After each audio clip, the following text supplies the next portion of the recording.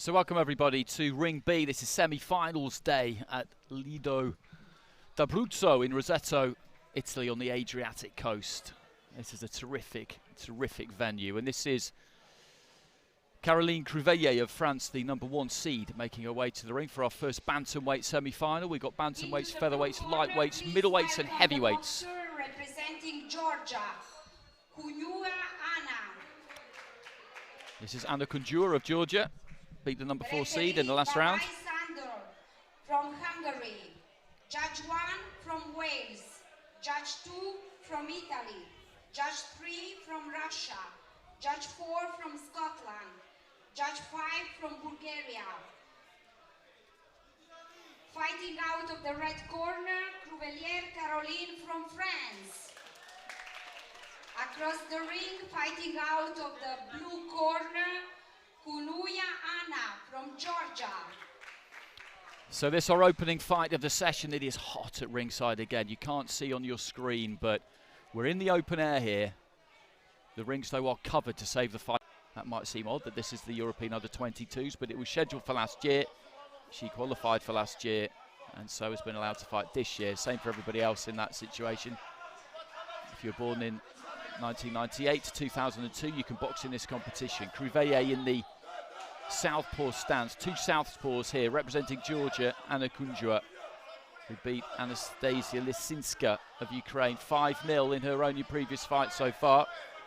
CRUVEILLIER was taken very close in hers, split decision against Elizabeta Kartashkova of Russia 3-2, 5 scores of 29-28. A place in the final on offer here. Both of these two guaranteed bronzes and guaranteed $2,000 US. KHUNJUA will look to try and get that little bit closer. She'll need to. She doesn't quite have the height and reach of CRUVEILLIER. And both of these two at the minute just falling a little bit short. Left hand there from CRUVEILLIER. Did make it, did get through.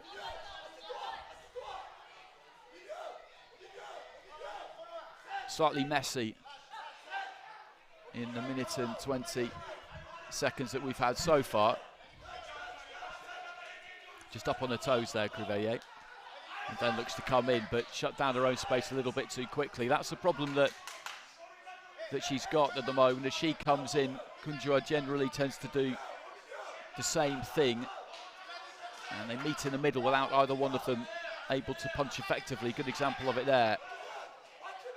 If anything, CRUVEILLIER needs to draw KHUNJUA in, take half a step back and try and meet her with that jab as she comes in. If they both come forward at the same time as they did there, then, as I say, it's difficult for either one to land anything clean. CRUVEILLIER can keep this on the outside. 1-2 there, wide left hand may be scored, and the left hand on the inside there as well, but the left came back from KHUNJUA. As I say, CRUVEILLIER of France, she can box this on the outside because she's got that greater height and reach. She doesn't need to go and meet KHUNJUA. Nice example there, just a jab to the body and then just pull the feet back out. KHUNJUA has got to close that distance between the two, because if the fight is on the outside, then she doesn't have that reach. She's at a serious disadvantage. Good combination there from CRUVEILLIER, who's just beginning to dominate towards the end of the round. There hasn't been a great deal in this. It's been slightly awkward at times.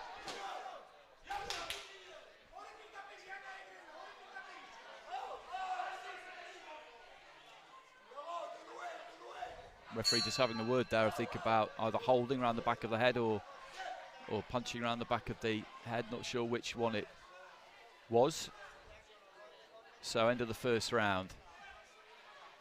I said the heat is intense at ringside. You see people just fanning themselves down almost everywhere you look, but we do have a little bit of a breeze coming in off the sea, which when it does waft across is very, very welcome. The standard of boxing here this week has been terrific, and last week as well. We're on day 6 at the moment. What you generally get in the under-22s is fighters who aren't necessarily the #1 pick with their national federations at their given weight. Some of the fighters we'll see are split scoring there, 4 10-9s for CRUVEILLIER, 1 for KHUNJUA. That was a CRUVEILLIER round, I felt. But in the main, they're looking to try and take that #1 slot. They're eyeing up that next Olympic cycle. They're stars of the potential stars of the future. That's what you see a lot of at under 22. It's a great bridge between youth boxing and this is senior boxing, but youth boxing and full-blown senior boxing, if you like. CRUVEILLIER looking to try and use the 1-2 and just keep this at distance a little bit more. I think maybe that's what the corner had told her. CRUVEILLIER, France, the #1 seed in red, throws the combination and then pulls the weight back. If she does this, just circles around KHUNJUA, keeps it at that distance, doesn't engage on the inside, then she can win this fight. She can win this fight doing exactly this. Almost picked off KHUNJUA on the way in there. The Georgian has got to try and move ahead, bob, slip, weave, get close inside that reach and then let her hands go. Another jab there from CRUVEILLIER, who switches orthodox very briefly. But you see her there just taking her feet back. As KHUNJUA comes into her, she's just moving her feet back, keeping that gap, maintaining that gap. She didn't do that in the first round particularly. A lot of the time she came forward, KHUNJUA came forward. As I said, they would meet in the middle. It all got a bit awkward, difficult for either one of them to really land. But CRUVEILLIER at the minute is doing the right thing here. And KHUNJUA just edging forward all the time. Had a bit of success there, the Georgian in blue. Got one through on the inside, definitely. CRUVEILLIER just ditches in that southpaw backhand, but she doesn't really shoot straight a lot of the time. Or when she looks to put more power on it anyway, it comes in from wide. That's a nice slick 1-2 there from CRUVEILLIER. Straight punch. That was good boxing from the French fighter, just avoided the wide left hand from KHUNJUA and countered. Again there, just ever so slightly backing up with the feet when KHUNJUA comes in. Trying to keep her turning, keep her moving. Turns her onto the ropes there.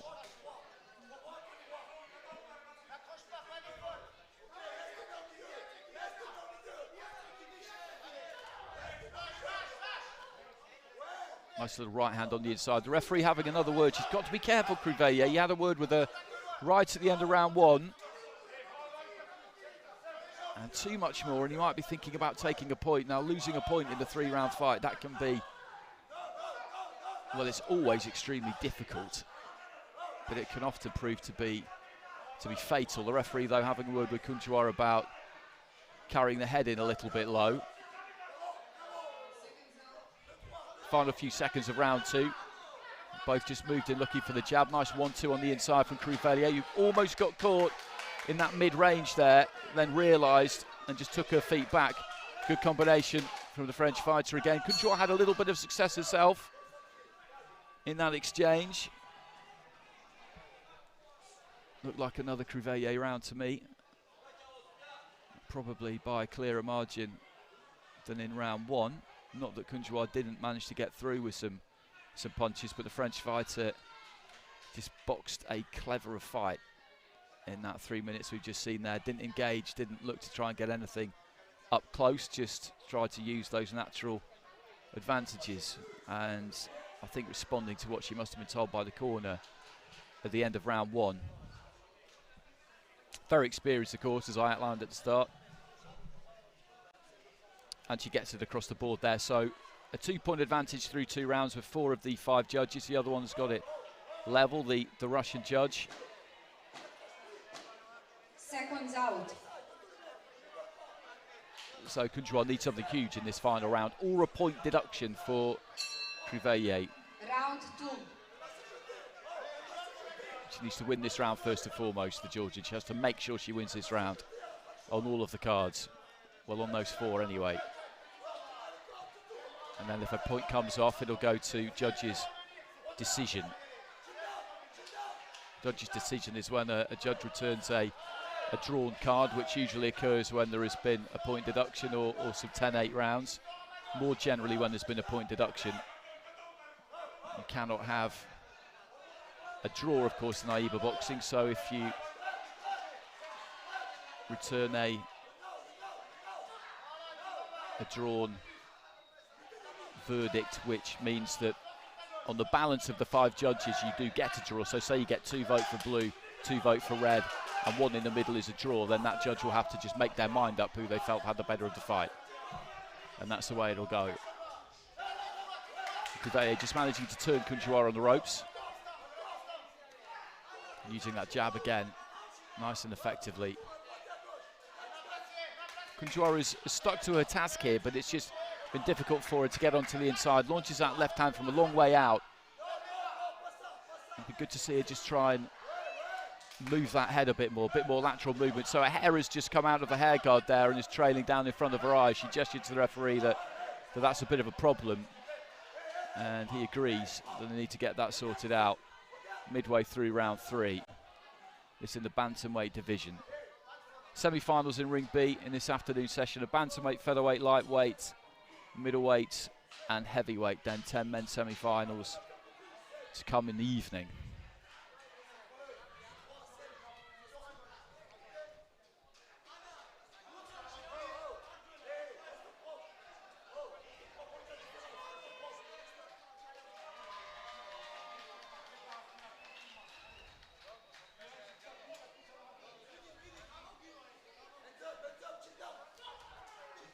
KHUNJUA just getting a little bit closer there, just lets go with the left hand. KRUVEILLIER doesn't need to be rash here in the remainder of round 3 and try and really put a stamp on this. She just needs to keep doing what she's been doing.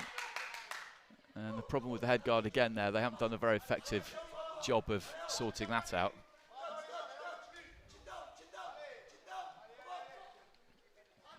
KRUVEILLIER just trying to pop the jab off the back foot there. And she was shifting away to her right. KHUNJUA's trying to force it here, which she's got no choice but to do that.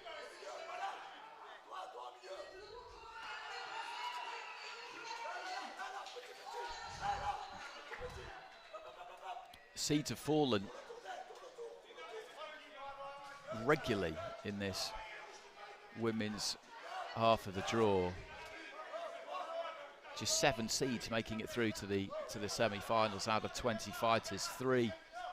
4 in fact top seeds. KRUVEILLIER being one of them.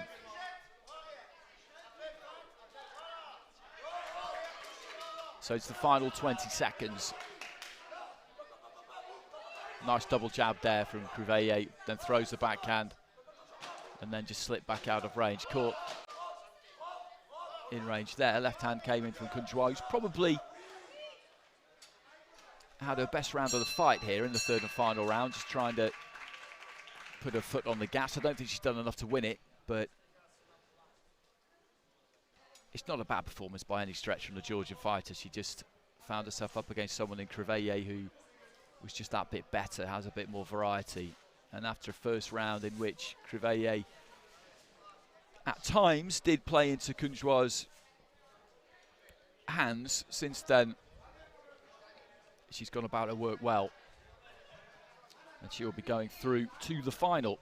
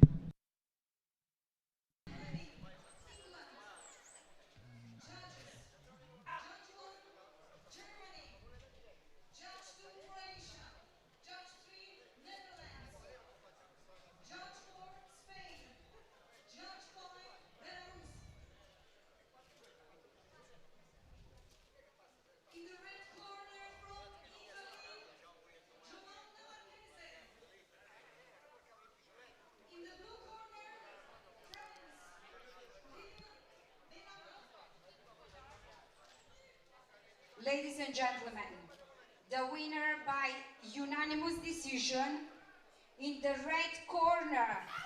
So KRUVEILLIER, the #1 seed, goes through, and confirmation of the scores. The 10-8 there for Wales in the final round, so that's 30 points to 26. Everybody else 30 to 27, apart from Russia there with 29 to 28. KRUVEILLIER goes through to the final. She's now guaranteed $4,000 US. Prize money on offer in the European Under-22s. $8,000 for gold, $4,000 for silver, and $2,000 apiece for the bronze medalists. So $320,000 on offer in total. It does provide an extra element to what is already and always has been extremely hard-fought competition in any amateur tournament you watch, elite or otherwise. The hunger, the desire is absolutely unquestionable. But these are serious financial rewards that are on offer now too, and that is always going to add something. So on to our second bantamweight semi-final. GIULIA LAMAGNA of Italy, the number 3 seed, in action against BUDIMIR-BEKAN of Germany, who I saw in the World Youth Championships, got to the last 16 there. A tidy fighter. And actually, in her last fight, met Karolina Ampulska of Poland, who got bronze in that same World Youth and beat her by split decision 4-1. And Ampulska, a good fighter, aggressive come forward fighter. So that was a good win for BUDIMIR-BEKAN. Into the red corner, please welcome the boxer representing Italy, LAMAGNA GIULIA. Into the blue corner, please welcome the boxer representing Germany, BUDIMIR-BEKAN Julia.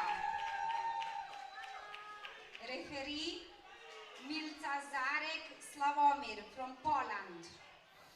Judge 1 from Georgia, Judge 2 from Lithuania, Judge 3 from Israel, Judge 4 from Wales, Judge 5 from Russia. In the red corner, from Italy, LAMAGNA GIULIA. In the blue corner, from Germany, BUDIMIR-BEKAN Julia.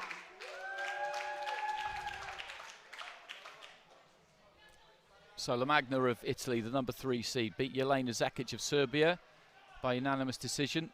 2020 Italian elite champion at seniors, boxed at the 2019 European Championships. BUDIMIR-BEKAN, as I say, just 18. Got to the last 16 of the World Youths. German youth national champion a couple of years ago.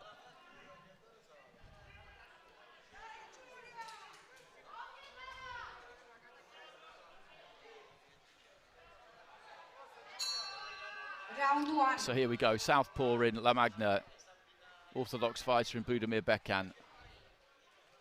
LAMAGNA kind of up on her toes, is taller but also boxes out of a more upright kind of stance. BUDIMIR-BEKAN a bit more give in the knees there, has just dropped her height slightly. Just gets caught on the way in there, BUDIMIR-BEKAN, and that's, I think, what we're going to see here. Height and reach is in favour of the Italian, as it was in favour of CRUVEILLIER of France in our previous fight.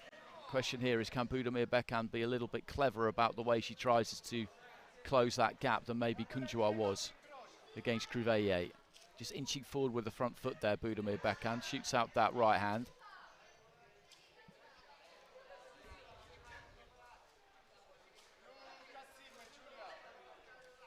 LAMAGNA not doing a great deal so far, just on the borderline of range there, just waiting really for BUDIMIR-BEKAN to commit. Just pushes out that southpaw left hand there, LAMAGNA. There's a kind of casual style to her, really. She does stand up very straight, very tall when she punches.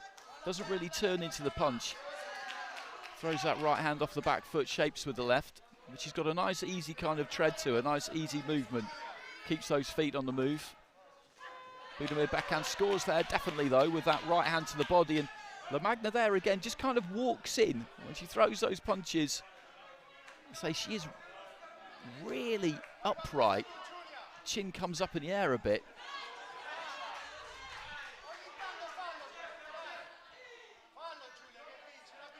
BUDIMIR-BEKAN is just being made to turn. LAMAGNA just happy for her to hold centre ring and just keep her turning, keep her moving. BUDIMIR-BEKAN looking for that right hand. Right hand to the chest, to the midriff. I think body punching could be a good plan here for BUDIMIR-BEKAN. That's good boxing from LAMAGNA. Throws that right hand and moves off to a right. 1-2 straight down the middle.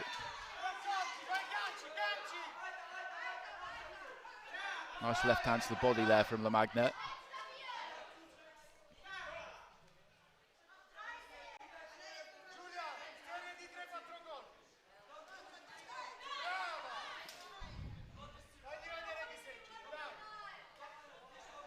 Guard up there from LAMAGNA, the 1-2 for BUDIMIR-BEKAN. LAMAGNA tries to fire back, weight comes forward. BUDIMIR-BEKAN are just taking her weight out of range. Right to the body there for BUDIMIR-BEKAN. That's worked for her pretty well so far. I think she's going to have to commit more in the second round, and from here on BUDIMIR-BEKAN gets caught there. She throws the left hand on the inside, stayed there a bit too long, and LAMAGNA picked her off. I think BUDIMIR-BEKAN's going to have to go for broke a bit in rounds 2 or 3, because I'd imagine she's not won that round. She's got to try and see if she can put LAMAGNA under a bit of pressure. It looks doable from the kind of language style that LAMAGNA's got, but I suspect it's harder to do than it looks. Like I said, she does move well. There are things about her that you look at and they do strike you as being some quite obvious technical flaws, one being just how upright she is, with that chin up in the air a lot of the time. So split scoring, and 3 judges have gone for BUDIMIR-BEKAN in that opening round. I would have gone LAMAGNA myself. I thought she landed the better shots, quite simply, of the 2 fighters. BUDIMIR-BEKAN was hunting, looking to get forward. She did have success. There wasn't all that much in it. Second round. LAMAGNA has maybe got to be a little bit busier. I say that kind of style she's got sometimes isn't always a massive hit with judges. She is very much the reactionary kind of fighter rather than the proactive fighter of the 2, that's for sure. BUDIMIR-BEKAN trying to keep that upper body on the move as she inches forward. LAMAGNA again just circling around, throws that 1-2. BUDIMIR-BEKAN comes back and does look to be a bit more aggressive on the front foot there.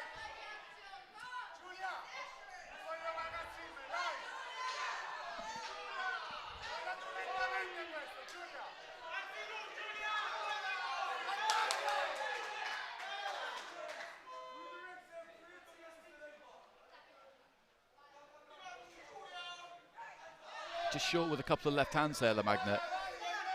She wants to keep it on the outside. That's always her plan, using those feet. Left hand to the body there.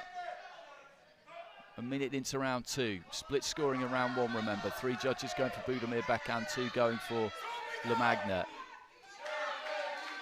BUDIMIR-BEKAN there out of range. Throws that right to the body. Probably just about scored. LAMAGNA moving off to a right. Ditches in a decent right hook and does the same thing again there, then a left hand down the middle. She just needs to put her punches together a bit more, I would say, given the way that first round went. BUDIMIR-BEKAN doing what she did in the first round, but has just raised the tempo a bit.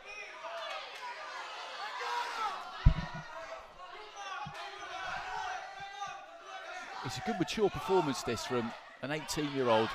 Decent right hand, and she drops down to a knee there, BUDIMIR-BEKAN. That was well delivered. Again, just moving off to the right-hand side, throwing that right hand, that right hook as she goes. She's had good success with that. I don't know why the referee didn't score that a knockdown, to be honest, but in AIBA scoring, it doesn't necessarily make any difference. The judge is looking to interpret dominance. Knockdowns do not necessitate a lost point, as they do in professional boxing almost all of the time. And just working those hands there, LAMAGNA. As I said, that's a good example of that kind of language style. She looks like she's got more to give, that's for sure, into the final 30 seconds of round 2. Straight right hand there from BUDIMIR-BEKAN was a good shot.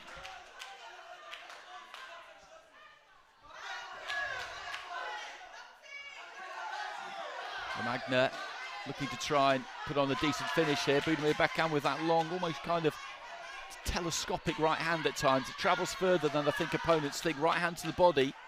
She's sticking to her plan here, BUDIMIR-BEKAN, and personally, I would say that was a LAMAGNA round, but given the way the first one went, I think that could be tight again, because it wasn't that different from the opening round. They both kind of raised their tempo, their work rate, but because they both did it, I didn't see too much difference between rounds 1 and rounds 2.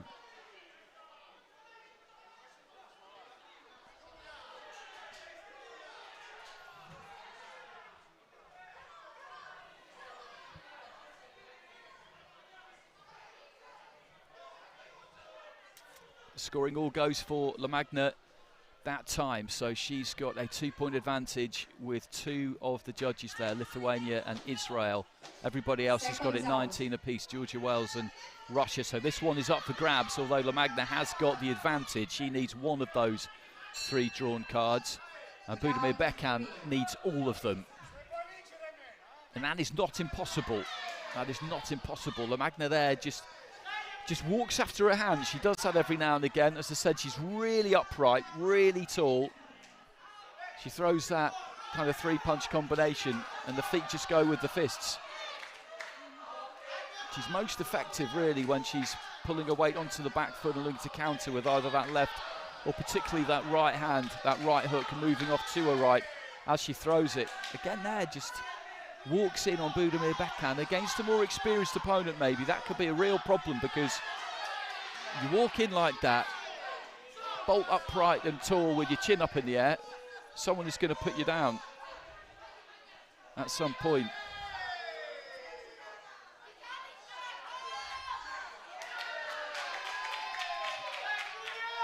Style, LAMAGNA, there's not much on the punches that she throws, but her accuracy is decent. Good right hand there from BUDIMIR-BEKAN.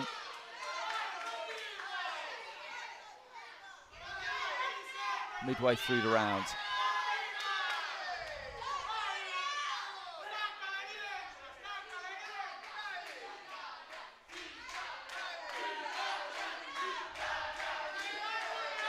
Good straight left hand there from LAMAGNA.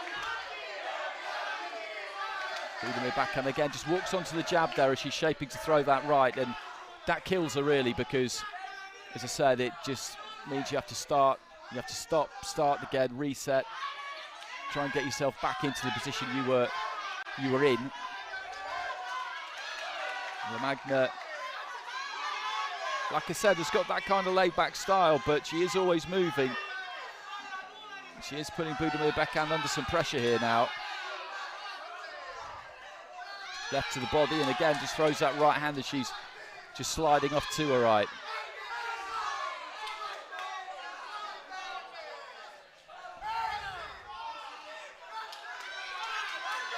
Straight left then, looking for the uppercut. BUDIMIR-BEKAN, no credit to her, is just sticking to the game plan here, as she has done all the way through.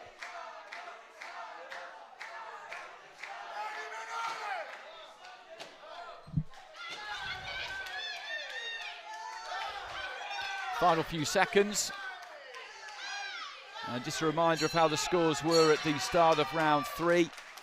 There was a 2-point margin in favour of LAMAGNA with 2 of the judges. The other 3 scorecards were 19-19, so BUDIMIR-BEKAN needs to have converted all of those into 29-28 in her favour. If she's done that, then she'll win.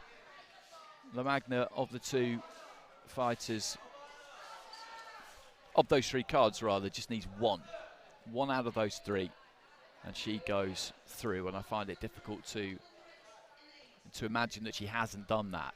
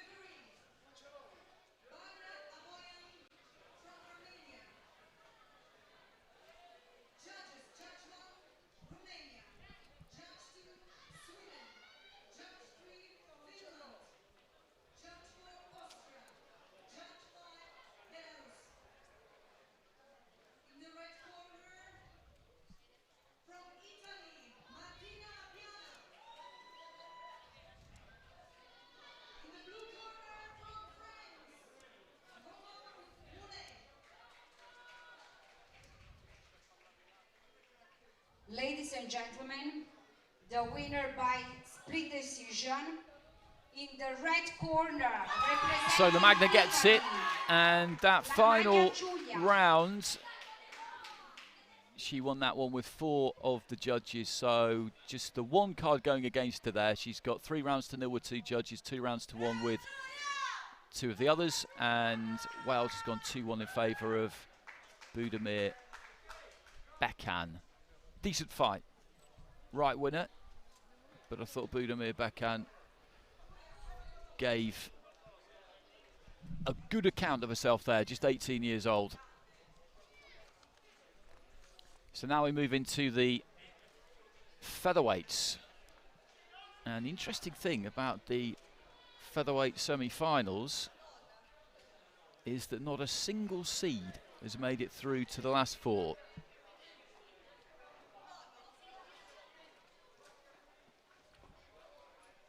In the first one, we've got VALERIIA DEVIATAIKINA of Russia and VILMA VIITANEN of Finland. And it was DEVIATAIKINA who beat the Czech #1 seed Lenka Bernadova by unanimous decision. That was in the previous round. She got past Bettina Kiss as well. Viitanen has beaten Zena Nasser of Germany and Uliana Yesipenka of Bulgaria.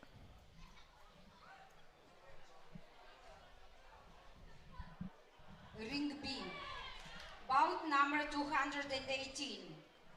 Into the red corner, please welcome the boxer representing Russia, Deviataikina Valeria. Into the blue corner, please welcome the boxer representing Finland, VIITANEN VILMA. Referee, Pavel from Bulgaria. Judge 1 from Czech Republic. Judge 2 from Serbia. Judge 3 from Slovakia. Judge 4 from Hungary. Judge 5 from Italy.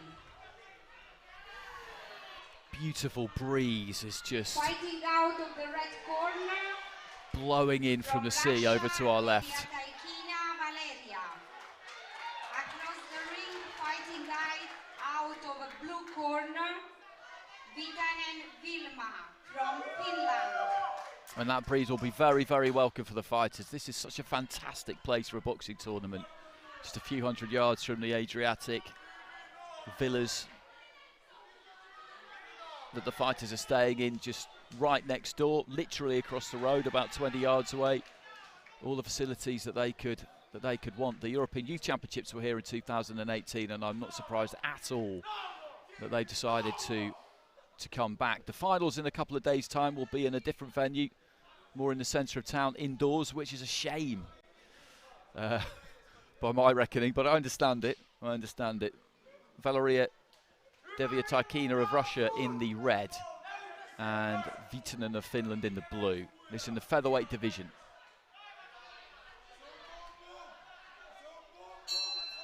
Round 1. So 2 southpaws here shaping up. DEVIATAIKINA boxing for Russia in red, VIITANEN of Finland in blue. DEVIATAIKINA, as I said, beating the #1 seed in her quarter-final.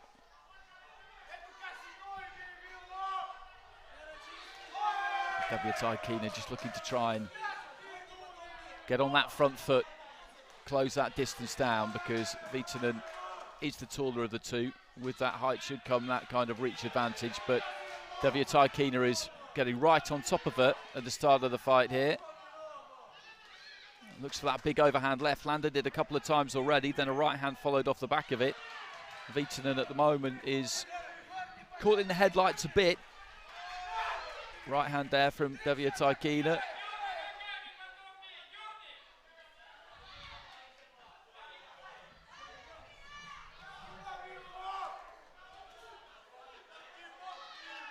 VIITANEN has got to find a way of just stopping DEVIATAIKINA, just closing her down like this. I was going to say stopping her walking in, but what she's doing isn't quite as basic as that. She uses those feet well. She cuts off the ring nicely and comes in off the back of the jab as she did there. Now, VIITANEN did have a little bit of success on that occasion in that exchange up close, but DEVIATAIKINA still had the better of that particular argument. VIITANEN needs to try and use that jab. Just throw that jab.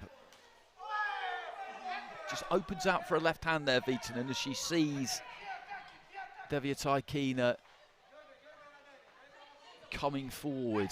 When she sees her coming forward like that, the first thing she needs to go for is the jab.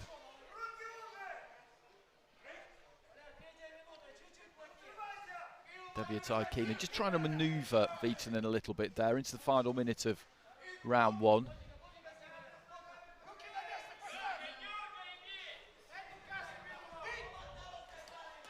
And steps in. Every now and again, the fighter in red steps in, throws that jab, looks for the left hand, did it again there, put the right hand, the right hook off the back of it in the third punch of that three-punch combination. It wasn't really that clean, but it was that third punch which was almost a kind of afterthought, which was the one that got through.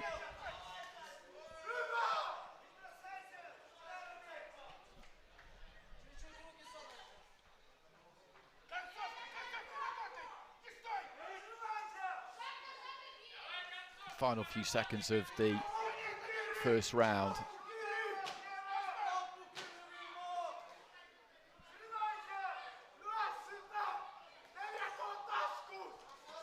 And looking for the 1-2 again there, DEVIATAIKINA, and that's a good round for the Russian fighter. She hasn't exactly beaten VIITANEN up in that round, but she's dominated proceedings on the front foot, making the fight, landing the better shots. VIITANEN just backing up, constantly backing up. She doesn't really seem to have that jab that she needs, to be honest, to be able to keep DEVIATAIKINA off her, give her something to think about, just offset her and make her start again.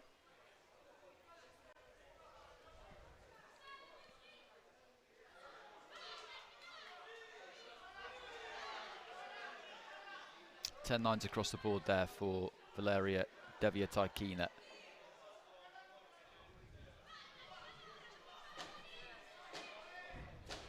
Seconds out.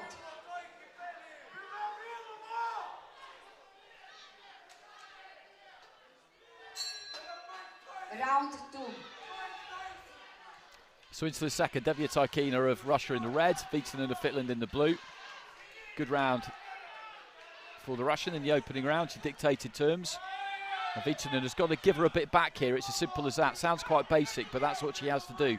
She's got to try and snap out that jab. DEVIATAIKINA, though, starting aggressively again at the beginning of round 2. I don't think she feels like there's anything to really fear here from VIITANEN. And I think she's going to look to try and bully her a bit in this second round. VIITANEN throws that 1-2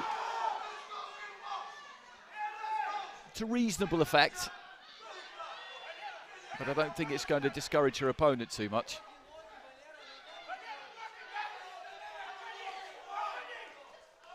Good jab there from DEVIATAIKINA. Sometimes she throws a strong single jab, stays not upright, but holds her position when she throws it. Other times, as she did just there, she throws the jab, dips down to the right-hand side as she throws it, and then wings that left hand kind of up and over the top. So she takes her head off the punching line and throws that left hand.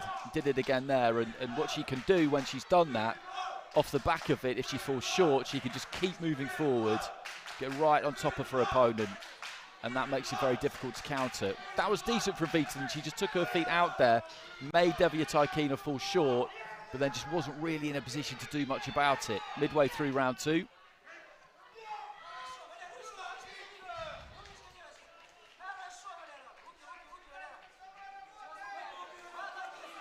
Leading off with the right hook there, DEVIATAIKINA. Haven't seen that too much.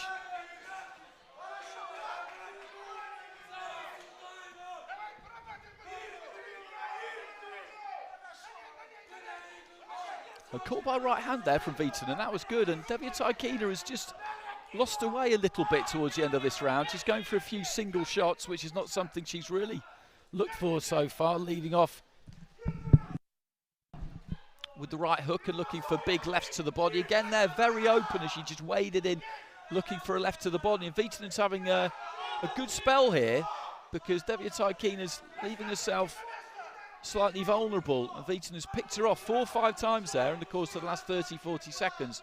Really all because DEVIATAIKINA, rather than jabbing away in, using that jab followed by the right hand, as I said, just pulling that head to the right off the punching line, has got a little bit single shot happy, maybe feeling the pace a bit. That could be a factor, but she's fading towards the end of round 2 here, the Russian. That much is certainly true. I can see it right before my eyes. I'm not sure it's going to be enough for VIITANEN to win the round. I think DEVIATAIKINA won the first 2 minutes of that round, and VIITANEN won the last minute of it. That would be my interpretation of it, which wouldn't be enough for the Finnish fighter, but definitely some grounds for encouragement there for it.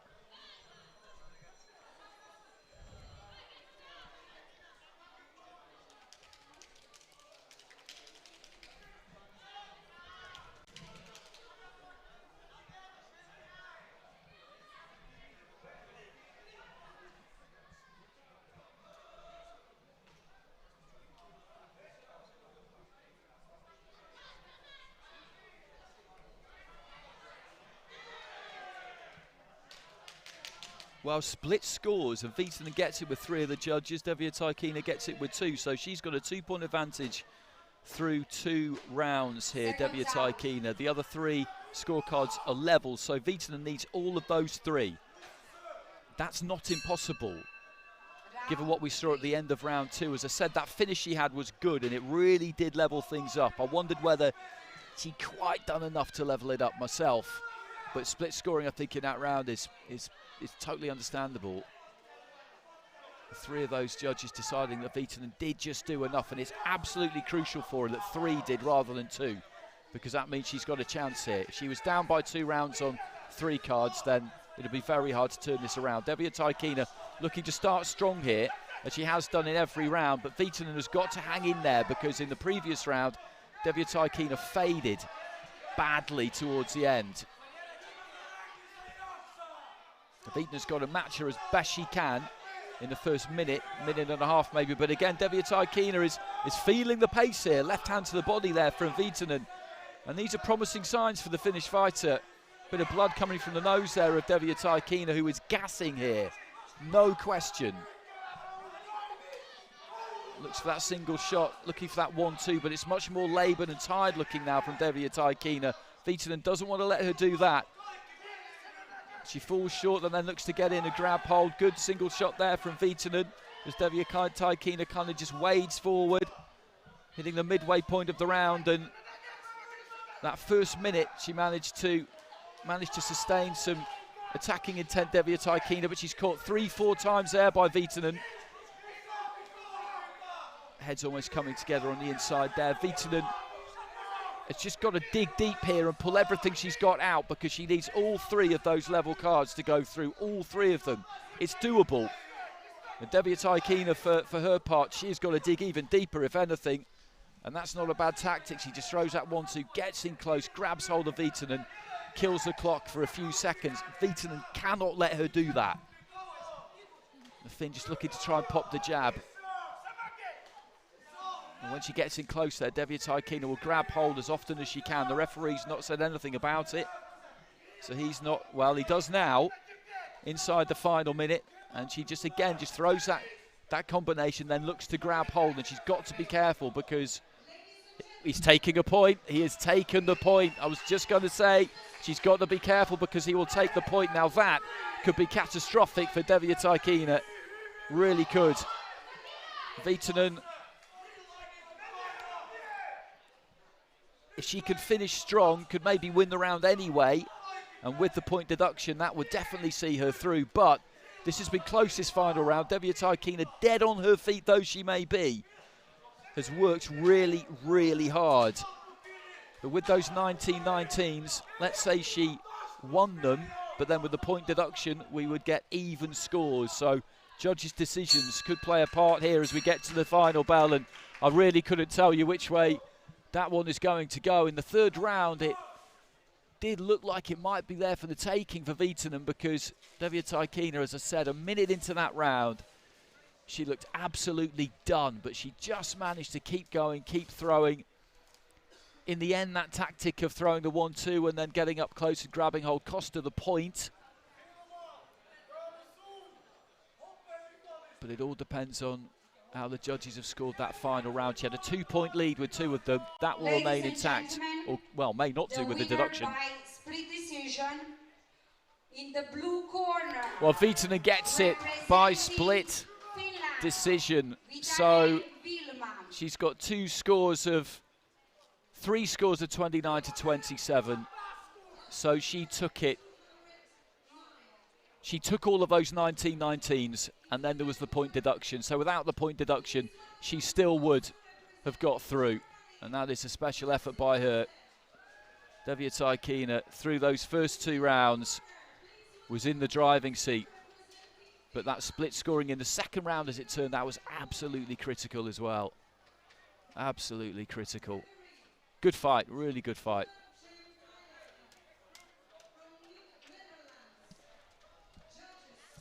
So Viitanen goes through. That just gives you a little bit of an idea of the heat, the factor that the heat can play. Viitanen stood up to it well. Paced it well. DEVIATAIKINA put a lot into those first 2 rounds, and towards the end of the second round, you could see that she was struggling. Big effort from her in the final round. Credit to her for that, but Viitanen, with the judges, with 4 of those judges, did enough to win that final round anyway. And then when you lob in the point deduction, that was curtains for DEVIATAIKINA. So next up, we've got Anastasasiya KOVALCHUK and SIRINE CHARAABI. KOVALCHUK of Ukraine, CHARAABI of Italy. Ring B, bout number 219. Into the red corner, please welcome the boxer representing Ukraine, KOVALCHUK ANASTASIYA. Into the blue corner, please welcome the boxer representing Italy, CHARAABI SIRINE.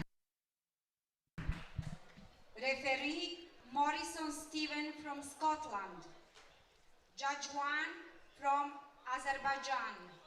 Judge 2 from Hungary. Judge 3 from France. Judge 4 from Poland. Judge 5 from Israel. Fighting out of the red corner, KOVALCHUK ANASTASIYA from Ukraine. Across the ring, fighting out of the blue corner, CHARAABI SIRINE from Italy. So KOVALCHUK has beaten Una Prinsen of the Netherlands and Nikolina Kacic, the number 3 seed from Croatia. So far, she's 1-0 as a pro, actually, KOVALCHUK. Beat Kacic by unanimous decision. CHARAABI of Italy got past Angelika Stepanian of Armenia, and then the number 2 seed, Amanda Miller of Latvia. That was by unanimous decision as well. So as I said, none of the seeds have made it through to the semi-finals at featherweight. That's been a bit of a feature of this female half of the competition. Not many seeds making it through at all. So KOVALCHUK of Ukraine in the red, CHARAABI of Italy in the blue. Italy have already had a fighter through today in ring B, GIULIA LAMAGNA.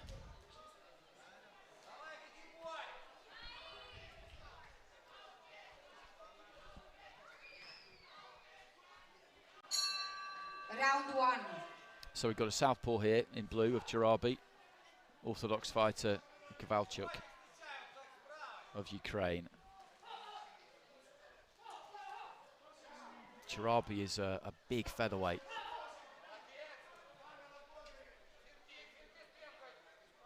KOVALCHUK just shuffling in, inching forward, looking for that jab, just slightly short with it. Nice little short steps with the feet, then just gets caught on the end of that superior reach of CHARAABI, and that's what she looks to do by the look of things early on. KOVALCHUK was tagged there as she came forward, the fighter in red, but she's looking to try and get on top of CHARAABI as much as she can. CHARAABI, for her part, as soon as she feels like KOVALCHUK is in range, she will let her hands go. This is going to be a good fight to watch, I think. hit gloves there, CHARAABI, but as I say, it's almost like there's this kind of force field around her, and as soon as she feels it disturbed, like KOVALCHUK has disturbed it, that she's in range, she will just punch. Good combination there from CHARAABI, just flings those gloves up from waist high, from low. KOVALCHUK, as she comes in, is just met by that kind of blizzard of punches. She's got to find a way to get inside that. Clash of heads there, the teeth just banging together, I think. Referee just having a look at the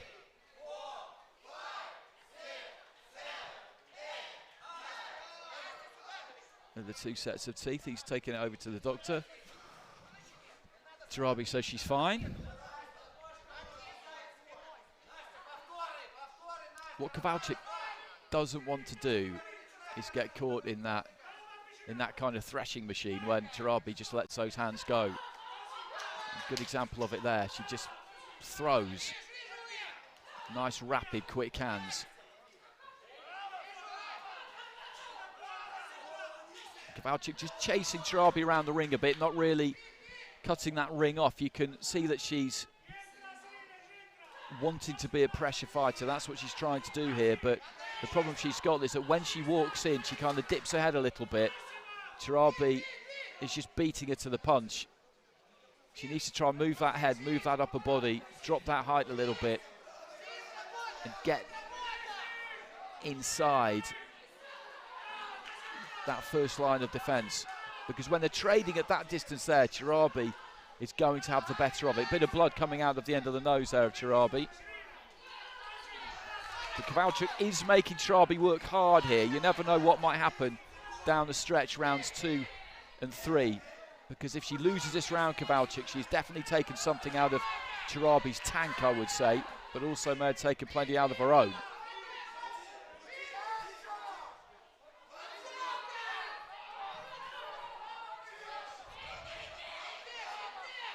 CHARAABI just backpedaling there and maybe got caught. Didn't quite see that. It was on the blind side to me. The gum shield comes out there of CHARAABI. KOVALCHUK having a bit of success right at the end of the round. I think she must have caught CHARAABI with something there, because all of a sudden the Italian fighter was on the retreat, and the Ukrainian corner just signalling to KOVALCHUK that she's got to keep that punch output high. I think they feel as this progresses, she might be able to just walk down and walk through CHARAABI, who has had to throw a lot in this opening round. For me, she's done the more effective punching in the first round, and the scoring, I would imagine, will go her way. But as I said, it's come at a cost. And these two's just standing square in front of each other and throwing in the final few seconds of round 1, and that is an intense opening round. And CHARAABI with a little bit of a complaint there, just saying that the heads may be cracked together, and that she's not too much of a fan of some of the head work there from KOVALCHUK. It does tend to dip her head as she comes in, but it's a real interesting opening round, that. Really interesting. CHARAABI has got nice, quick hands. KOVALCHUK was a little bit bamboozled at times in that opening round, but towards the end there, she started to make a little bit of a dent, and that is something to hold on to. Maybe in round 2, halfway through the round, she'll be able to really get to work. Maybe in round 3, it'll be sooner than that. CHARAABI's got to really dig in. Really dig in. As I said, she was made to work really very, very hard. Itching to have a look at the scores here. Hopefully we'll get them. And we do. CHARAABI gets it 10-9 with all the judges, which is the right way to go, I would say. But as I've outlined, I think this could get very interesting as we go deeper into it. KOVALCHUK just trying to take those little steps and just cut the ring off. CHARAABI there in the early stages has still got those nice fast hands. KOVALCHUK though pursuing her across the ring, does land with the left hand. CHARAABI slides away to her right. The referee has a quick word with KOVALCHUK about bringing that head in low. Ukrainian corner just encouraging KOVALCHUK just to stay on top of CHARAABI, not give her any room to breathe. CHARAABI with a nice combination, then manages to move off. That's what she has to do. That's what she has to keep doing. Question is, can she do it for all 3 minutes of this round? through minute 1. She's got a nose in front here, the Italian. Ends up dumped to the canvas there. A push followed by a bit of a slip, but KOVALCHUK will take heart from that. That's a show of physical strength, and with her back to me there, right on the ropes, just a few feet above me, you can see that she is a strong fighter. She's got wide shoulders, tapering up from that slim waist. There's some power there, definitely, and rattling away on the inside to the body, then goes up top to the head, KOVALCHUK. She's got to look to try and take over as we hit the midway point of round 2. She needs this round. CHARAABI, if she can dig in and just squeeze this one out as well, maybe on 3 of the 5 cards, then she's all but there. So this absolutely crucial now, this next 80 seconds or so. KOVALCHUK has got to get a foothold in the fight with the scores in this second round.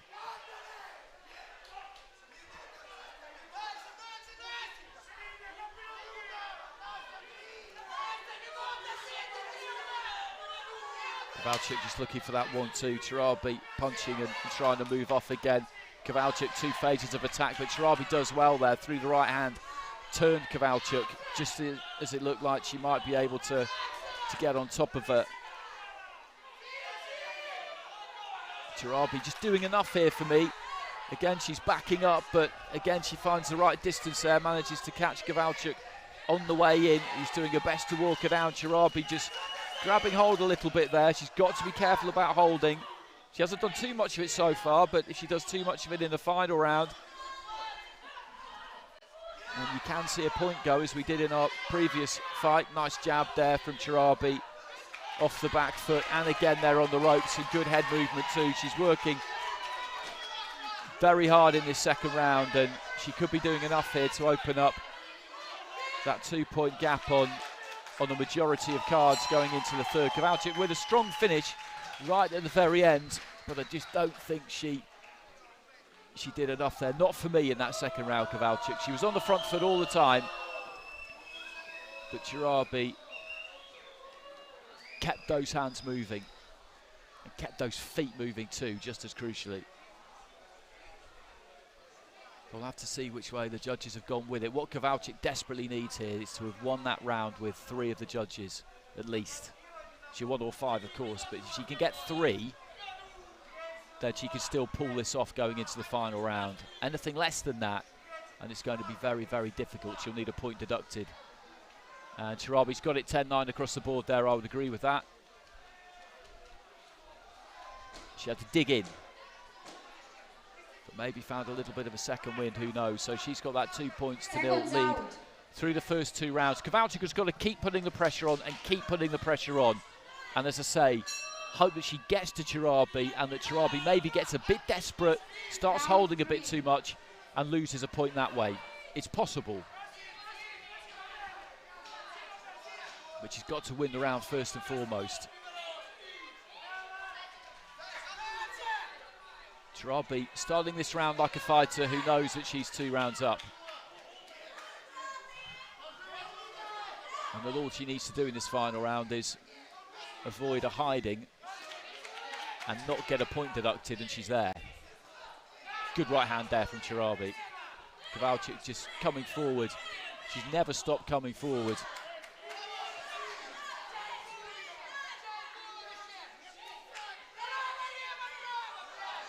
Bit of a laboured looking left hand there from CHARAABI. A minute down in the third and final round. The punch output is not the same from CHARAABI here. KOVALCHUK hasn't landed a great deal in this final round either. Well, a point has gone there from KOVALCHUK for bringing in the head a little bit low. The gum shield comes out from CHARAABI. Hopefully that was accidental and she didn't spit it out. I couldn't see, but she looks pretty unsteady on her feet. This is taking its toll on her, certainly. But with KOVALCHUK having just lost a point, then that basically makes it impossible for her to win now, because even if she wins this final round, even were she to win it 10-8 from here on in with that point deduction, that still wouldn't be enough.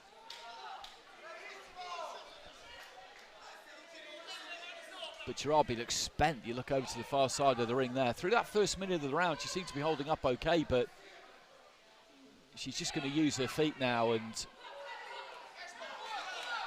just try and stay away from KOVALCHUK as much as she can. KOVALCHUK has got to try and knock her out, essentially. That's what she needs to do here.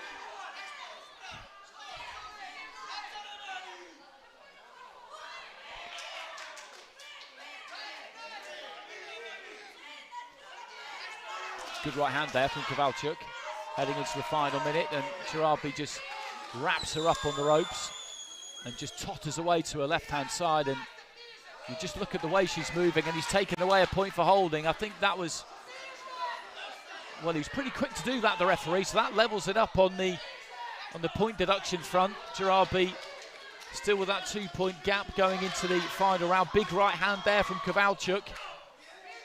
KOVALCHUK could provide a real big finish here.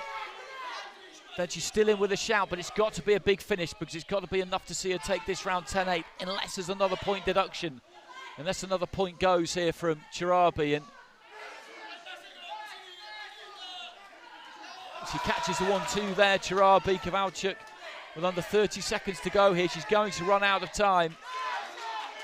If she hadn't lost that point for the heads coming together, for bringing the head in low, then she may have been able to do enough to take this to a judge's decision, but I don't think it's going to prove to be the case. Final few seconds, CHARAABI just fighting on instinct, fighting on memory here, and there goes the bell, and that was an entertaining fight. That was an entertaining fight, and well, we knew the scenario going into that third and final round. 20 points to 18 up with all three judges, SIRINE CHARAABI, but after a minute of that final round, she was absolutely done. She was cooked. So KOVALCHUK then lost a point for bringing the head in a bit too low, a bit too often, which seemed to completely kibosh her chances. But then CHARAABI had a point gone herself for holding. KOVALCHUK, I think, has probably won that round, but it's not going to be enough. Ladies and gentlemen, the winner by unanimous decision in the blue corner, representing so CHARAABI gets it, and SIRINE. KOVALCHUK got it with 3 of the judges in that final round. The other 2 went for CHARAABI.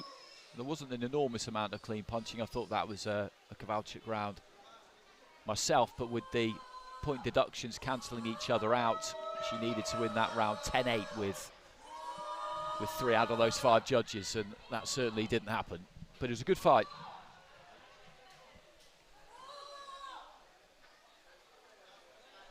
So that completes the featherweight semi-finals, and we now know that our final will see VILMA VIITANEN up against SIRINE CHARAABI in the final, and we march on to the lightweights. First up, we've got NUNE ASATRIAN, the Russian #1 seed, up against GEMMA Richardson of England. Richardson has won a gold medal here before, as has ASATRIAN. They both boxed here at the European Championships in 2018. Richardson was at 64 kilos at that point. She's now down to 60. And these are much decorated, these two. 2018, ASATRIAN won a silver at the World Youth Championships. Ring B, bout number Richardson, meanwhile, at 64 kilos, into the red corner, won a gold. Welcome the boxer representing Russia, ASATRIAN NUNE. Into the blue corner, please welcome the boxer representing England, Richardson, GEMMA, PEIGE. Referee, BUDIMIR-BEKAN from Lithuania. Judge 1 from Moldova. Judge 2 from Bulgaria. Judge 3 from Slovakia. Judge 4 from France. Judge 4 from Czech Republic. Judge 5 from France. In the red corner from Russia, ASATRIAN NUNE. In the blue corner from England, Richardson, GEMMA, PEIGE. So, as I said, a big haul of medals between these two. ASATRIAN, the Russian #1 seed. Silver medals at the 2018 Youth Euros, silver at the World Youth in 2018. All three of those defeats at 60 kilos, all of them against Caroline Dubois, who's qualified for the Olympic Games at 60 kilos for Great Britain. Gemma Richardson won gold in the European Youth in 2018 and 2019, and at those 2018 World Youth Championships, now at 64 kilos. So Richardson in the blue there in the orthodox stance, and we got another orthodox fighter there in ASATRIAN. She got a third round stoppage against Lena Buchner of Germany in her previous fight, ASATRIAN. That was abandoned, conceded basically in the third round. Richardson beat Ellie Gartland of Ireland by unanimous decision. Caught by a right hand on her way in there, Richardson.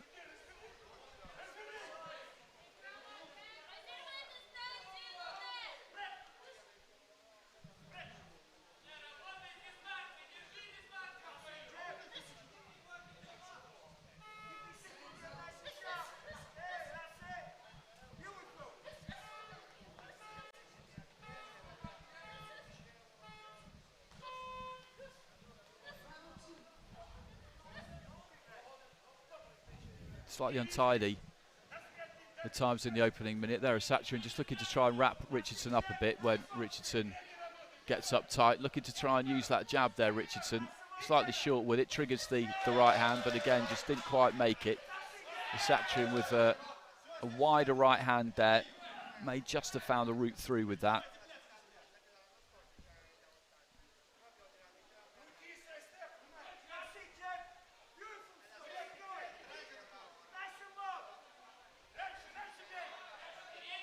ASATRIAN just half shaping there. Nice jab there from Richardson. ASATRIAN came forward there and just found that left hand of Richardson rammed straight into her face. It's quite cagey at times this so far. Richardson definitely the one looking to try and get onto the front foot. ASATRIAN much more reactive.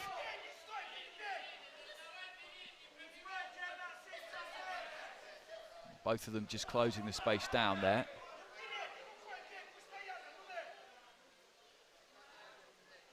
Well, the referee has taken a point away from ASATRIAN for holding. Almost straight away there. 2 minutes into the first round, and that's a big blow for ASATRIAN to lose a point at that stage. She has been spoiling. I would say that's fair because Richardson, as I said, has been the fighter on the front foot looking to make things happen. ASATRIAN looks quite tentative here. She looks quite nervous, to be honest with you, at times, and maybe that point going will just serve to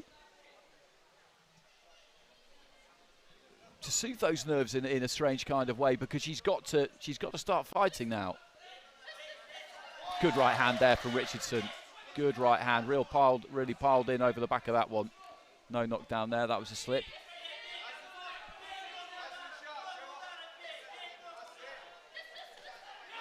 Well, that was better from ASATRIAN. Nice head movement for Richardson, just on the outside there. That's a good right hand, managed to reach with that right hand. ASATRIAN trying to come forward, I think got through with the left, but that's a good opening round there for Gemma Richardson. I'll make that her round, plus the point deduction. If that proves to be the case, if the judges agree with me, then that's a great start. ASATRIAN showed more though towards the end of that first round, more of what she could do. As I said at the beginning, she looked tense. Now, these are two very, very experienced fighters, but nerves can be a factor at times. She certainly didn't look quite right in that opening minute, and there were some spoiling tactics a little bit. So, well, the scoring there, 2 scores in favour of Richardson, 3 in favour of ASATRIAN, and then you factor in the point deduction. Seconds out. To be honest with you, I don't see how you could score that round to ASATRIAN. I really don't. Round 2. So into the second round. Richardson in the blue, England. NUNE ASATRIAN of Russia in the red. And she took that first round with 3 of the judges. Richardson got it with 2, but there was the point deduction in Richardson's favour. And I think there was a 10-8 in those scores in Richardson's favour as well. I'll have to check that for you when we see the scores at the end of this round. Richardson looking to get on top of ASATRIAN here. And they end up in a heap on the floor.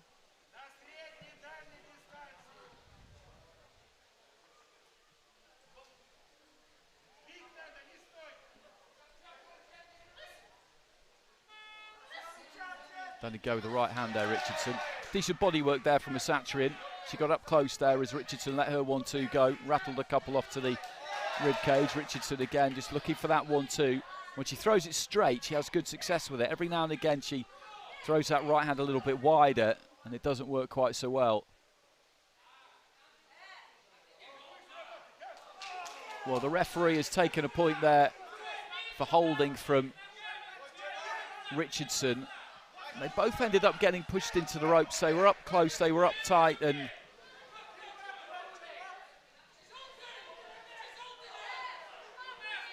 ASATRIAN just holding on the far side of the ring now. I think the referee's been a bit premature taking a point off both of them, to be honest with you. ASATRIAN in the first round, he did that very quickly, taking a point from Richardson there. I struggled to see really what that was for. I know what it was for, and there's another point that's gone here. This one from ASATRIAN for a bit of wrestling, which has sent Richardson to the canvas, and this is getting messy, very, very messy. And Richardson trying to disentangle herself, but again, ASATRIAN's got hold of her there in a headlock almost, really.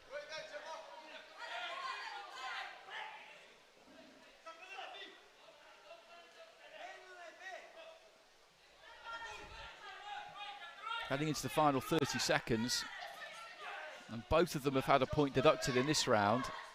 ASATRIAN had one taken away in the first round. Absolute chaos with the scores, really, that causes. And this has been one of those rounds where there hasn't been all that much effective punching. There's a good 1-2 from Richardson. And she looks to throw another one, and ASATRIAN gets hold of her. And again, just gets hold of her and pushes her back into the ropes here. And of these two, for me, it is the Russian who is offending more than the English fighter, I would say. And that has been reflected by the referee, with 2 points taken from ASATRIAN to Richardson's 1. And that second round, well, it's just a shame that we're not really getting to see these two fight.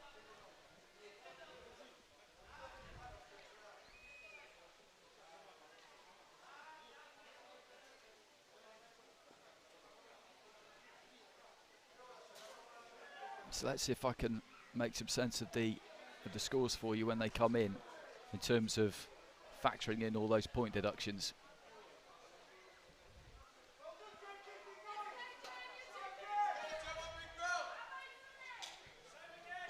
So we've got Richardson ahead on all 5 scorecards there by significant margins in a couple of cases. So into the third and final round, ASATRIAN of Russia in the red, Richardson of England in the blue. Nice 1-2 there from Richardson.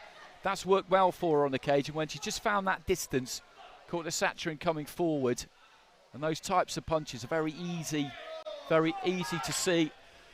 And the referee's taken another point here, so it's 2 point deductions apiece. Richardson this time loses a point for use of the head, according to the referee. Nice right hand from ASATRIAN, but a good 1-2 from Richardson as ASATRIAN came forward.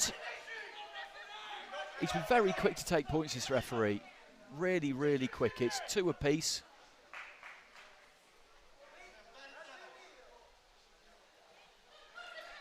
But it's been a bit bewildering at times, I can't lie. Again, they just fall into each other. There's been a lot of this. They're kind of wrestling on the inside, and they both end up on the canvas. I think maybe the referee needs to get in a bit quicker here and break them up, because he knows what's coming next.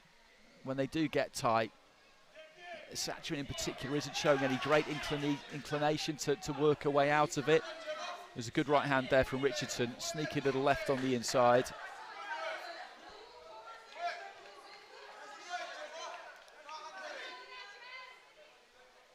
ASATRIAN there is kind of making it look like she's interested in disentangling when actually she's not really.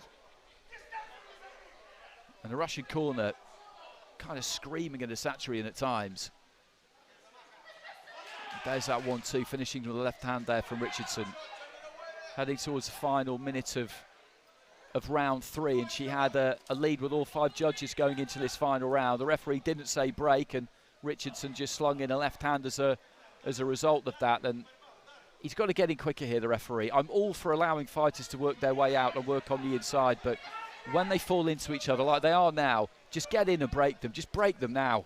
Break them now, because we know what's going to happen here. We're going to have 5-10 seconds of this.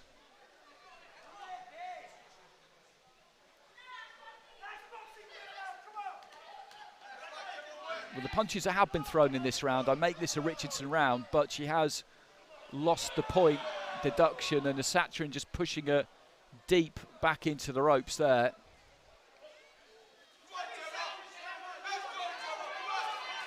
One-two there from ASATRIAN was decent, but again now she's just pulling down on the back of the head there of Richardson.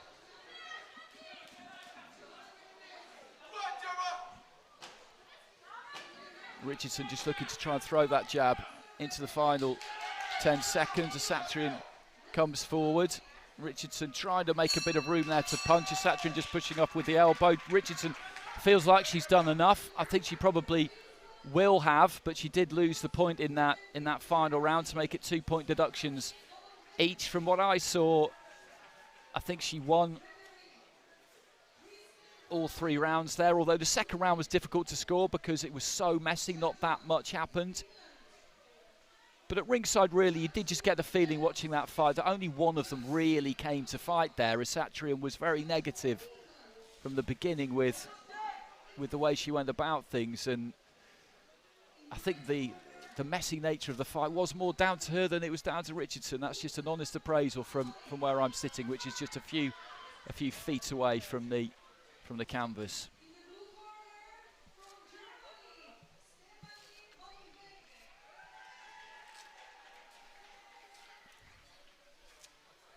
Ladies and gentlemen, the winner by split decision in the blue corner. So Richardson gets it in the blue corner, 2-point deductions each. In the final round, she got it with 3 of the judges. She got it with all of the judges around 2. So 3-2 in the end there. 2 27-26s for ASATRIAN, and the other 3 cards going in favour of Richardson. So the right fighter got the decision there for me. It was a curious fight to watch that. 4 points being deducted. Not an easy one for the referee. I was a little bit critical at times. Definitely not an easy one, but as I said, although I'm all for giving fighters the time to fight on the inside and work themselves loose when they get up close and entangled, you just knew what was going to happen every time ASATRIAN got up close there. You knew. So he would have been better off, I think, just getting in and issuing the call to break nice and quick. But anyway, Richardson through to the final. And she will meet the winner of our next fight, which is between Amina Abramova of Ukraine and Daniela Golino of Italy. Into the red corner, please welcome the boxer representing Ukraine, Abramova Amina. Into the blue corner, please welcome the boxer representing Italy, GOLINO Daniela. Referee Aslanov Fuad from Azerbaijan. Judge 1 from Scotland. Judge 2 from Poland. Judge 3 from Georgia. Judge 4 from Wales. Judge 5 from France. Fighting out of the red corner, Abramova Amina from Ukraine. Across the ring, fighting out of the blue corner, GOLINO Daniela from Italy.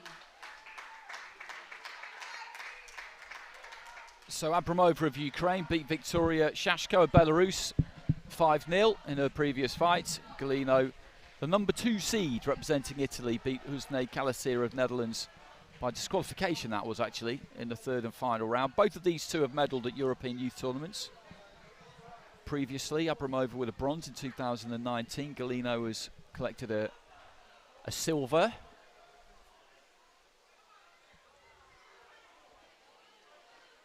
So this to see who will go on to meet Gemma Richardson in the final.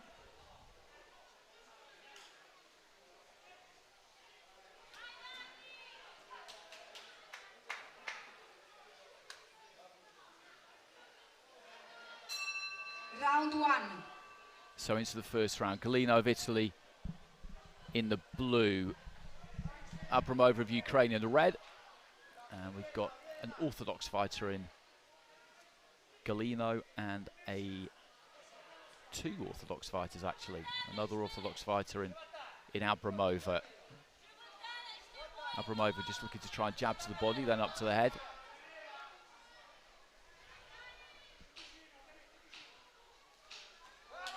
A couple of right hands there from Abramova, just coming in from wide. A decent straight shot there from GOLINO as well though. Abramova looking to try and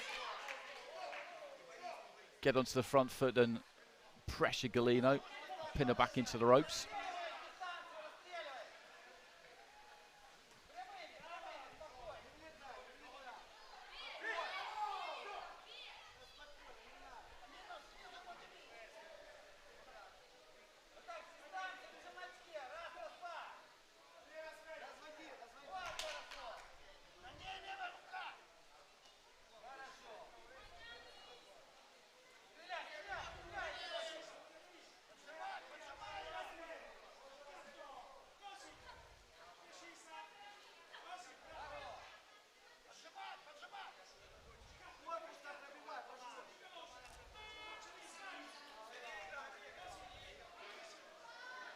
Throws the right hand and then moves straight onto the shoulder there, Abramova. She's been the busier of the two so far, just past the halfway point in round 1.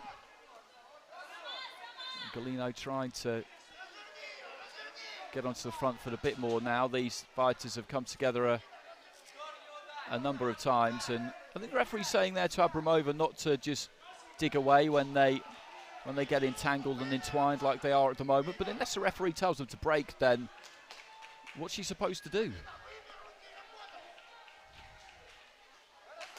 That's a decent looking punch. Nice uppercut there from Abramova as well. She's just got the edge on GOLINO in terms of hand speed, in terms of work rate in this opening round, and the better punching, the more effective punching has come from Abramova. Judges are looking for punches delivered with the knuckle part of the glove to the head or the torso. Remember, that's how you score a legal blow in AIBA boxing. Abramova turning southpaw there, leading off with the right uppercut and landing it. Back to orthodox now.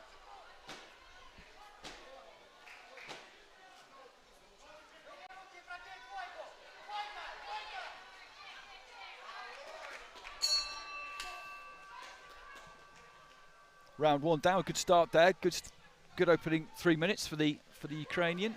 GOLINO had her moments, but there's the fighter in the red corner from where I'm sitting that dominated proceedings there.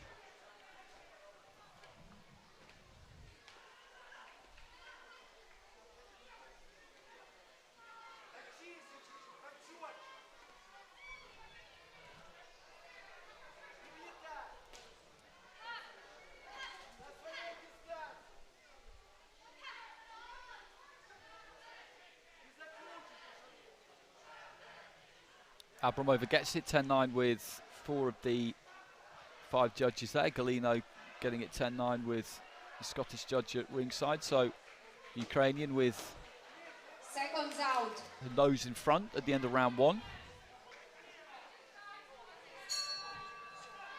Round 2.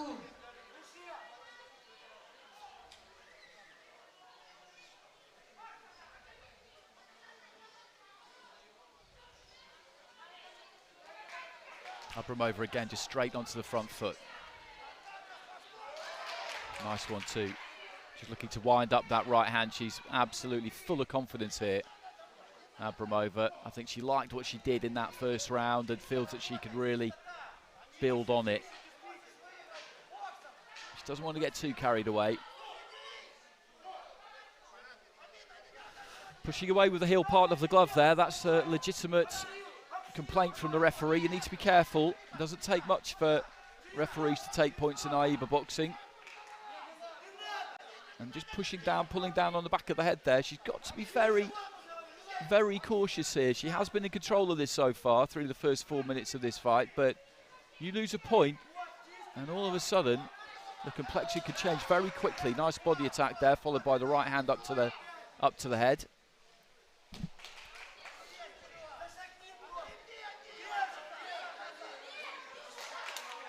He just shrugs Golino off and throws another right hand there, Abramova. Nice head movement.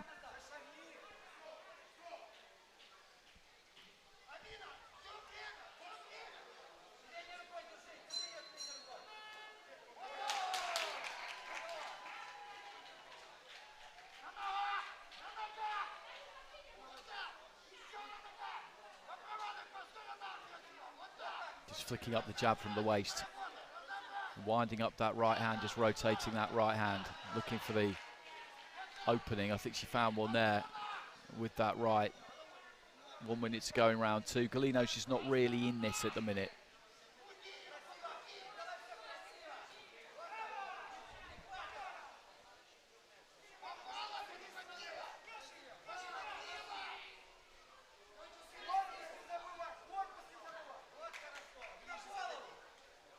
Good right hand there from Golino, just caught Abramova on the way out.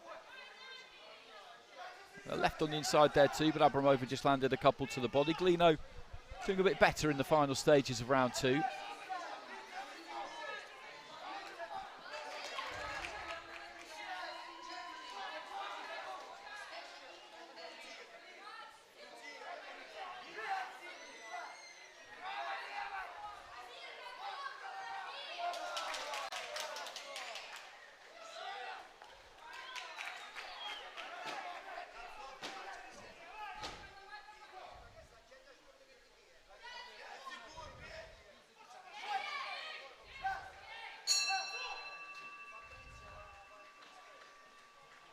Bell goes at the end of round 2.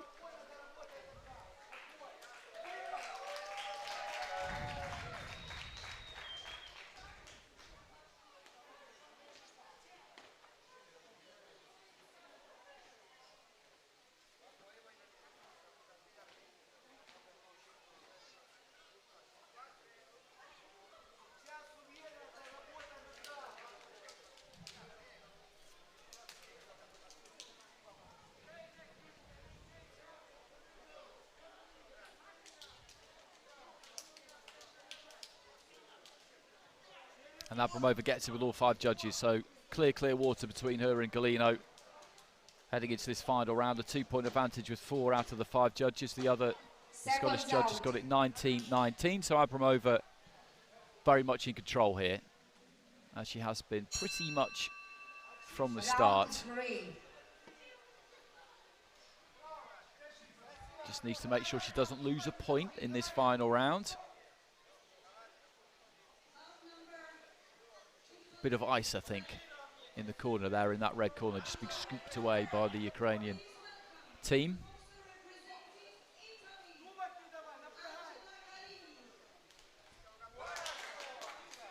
Nice 1-2 off the back foot there from Abramova, and Golino will try and take it to her opponent in this 3rd round. She did do better in the final minute of round 3.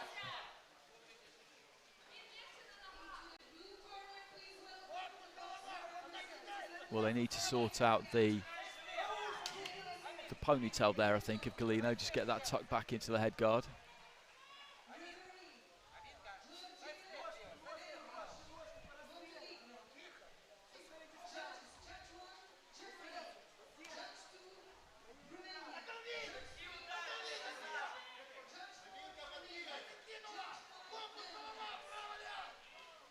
work rate has dipped a bit here from Abramova in round 3.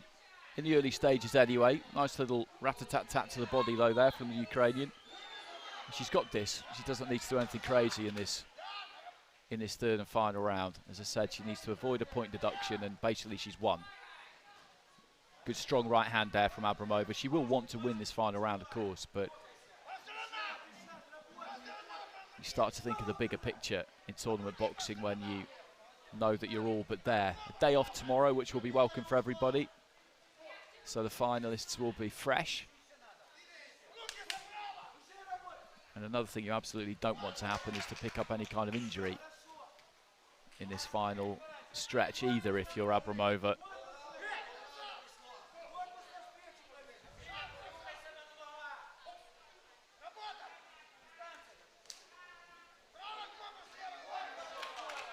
Throws the right hand there, Abramova, then just pulls the weight back. Very much boxing within herself in this third and final round.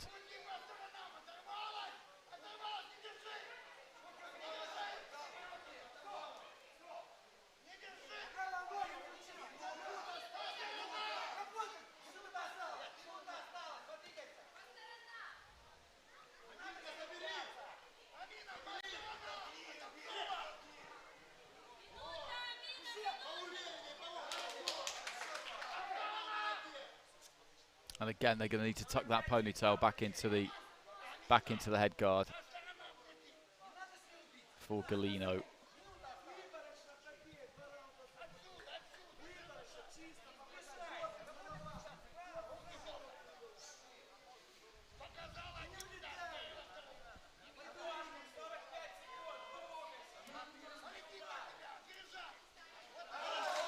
Nice 1-2 there from GOLINO. Caught Abramova with a good right hand in the neutral corner, right up above me. Well, they've got to do this properly this time, because this is the third time that we've had this problem. Running repairs are not the easiest thing to do, because you don't want to take the head guard off. But they've just got to try and get it back in there and get it to stay there.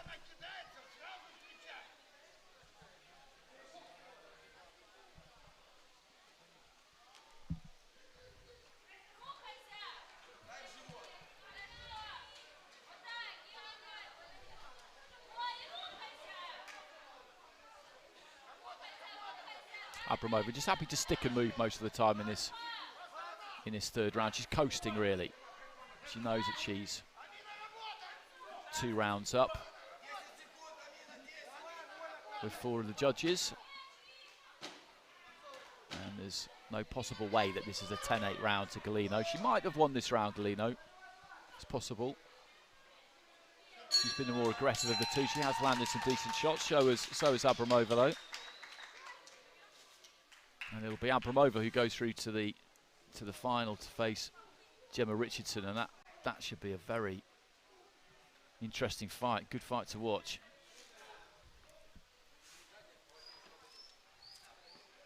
GOLINO, the number 2 seed.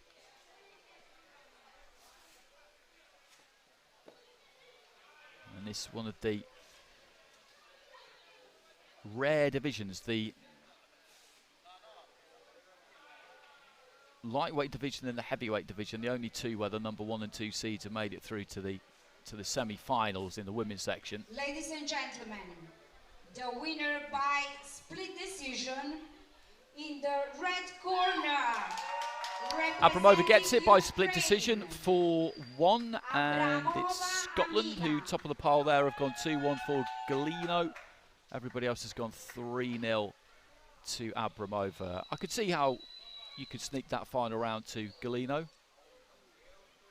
but Abramova was well clear heading into that final round, and boxed like she knew that, which of course she will have done because the coaches will have communicated it to her in that scenario. So she goes through to the final on Thursday up against GEMMA Richardson. So England against Ukraine in that final. And now we will head into the middleweight division.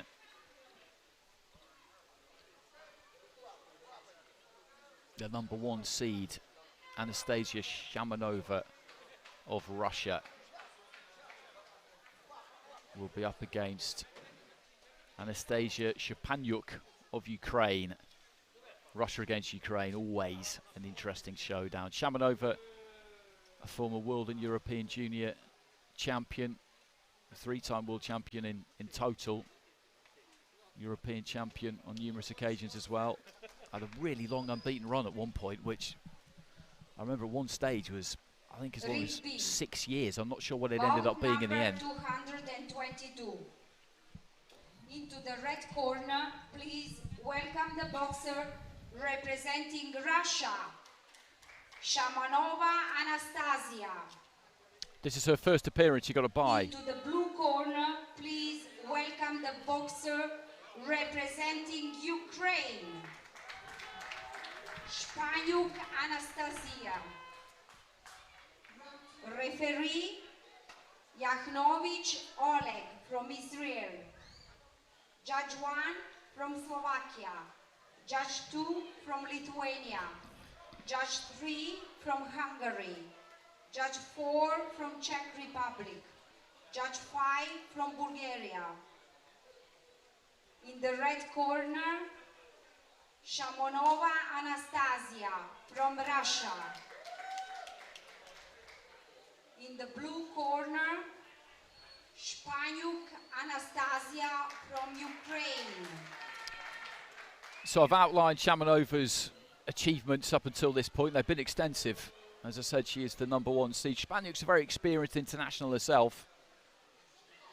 She's had one fight as well, beating Ivona Bunic of Ukraine, of Croatia, I beg your pardon, in her previous encounter. As I said, Shamonova's yet to box. This is her first outing in Roseto due to the bye that she received. Now, there's two ways of looking at that. You could say that she's completely fresh, which of course she is. Or you could say that SHPANIUK's got a slight advantage there because she's got some boxing under her belt in this competition. She's tested the waters. But given how experienced Shamonova is, I don't think it's going to be a problem for her, the fact that she hasn't managed to completely acclimatise herself, if you like. Round 1.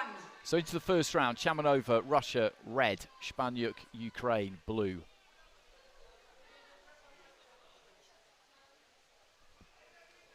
This is the middleweight division, 75 kilos.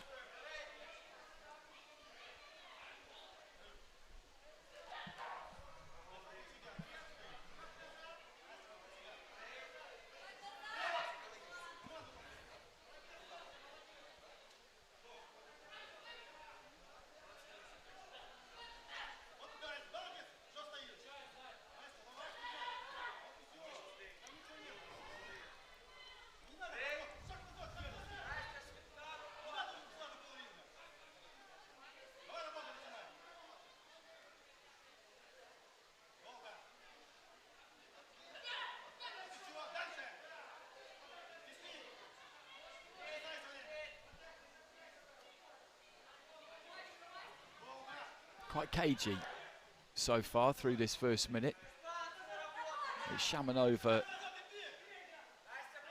who's holding the centre of the ring for the most part. SHPANIUK giving a little bit of ground at times. Shamonova just shuffling forward. Some decent body punching there. Lets the left hand go 2-3 times.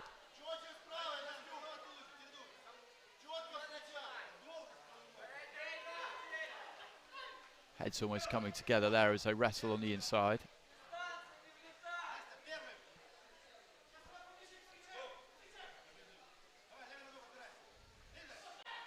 SHPANIUK just feinting the jab to the head there and then takes it down to the body. Shamonova rather.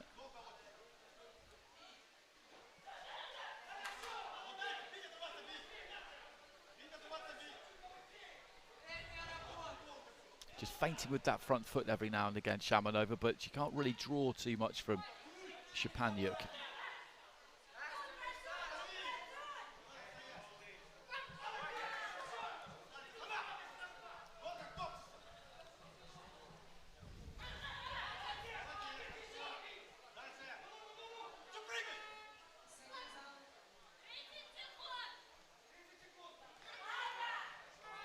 Just cramping herself for space a little bit there, Shamonova, as she tried to let that 1-2 go. SHPANIUK had closed in a touch herself. There wasn't really room for it heading into the final 20 seconds or so of round one. It's not been a hugely eventful opening round. It's been Shamonova who's looked to try and dictate. SHPANIUK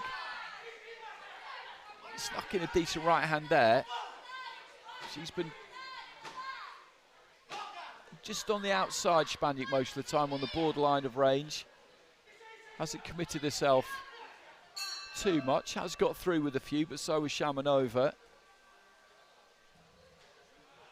Not a huge amount to separate them, you could argue, but Shamonova kind of looked like the boss in there. It's about clean punching. It's about effective punching first and foremost. That's the primary criteria. But if judges are going to struggle to separate them on that front, then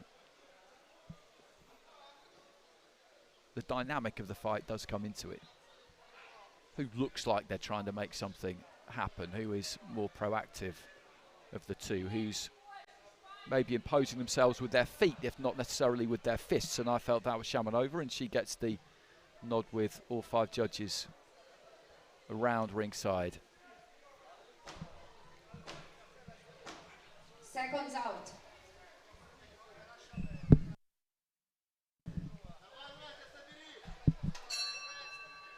Round 2. So Shamonova quickly to the centre of the ring there, leading off with a jab, and catches SHPANIUK with it.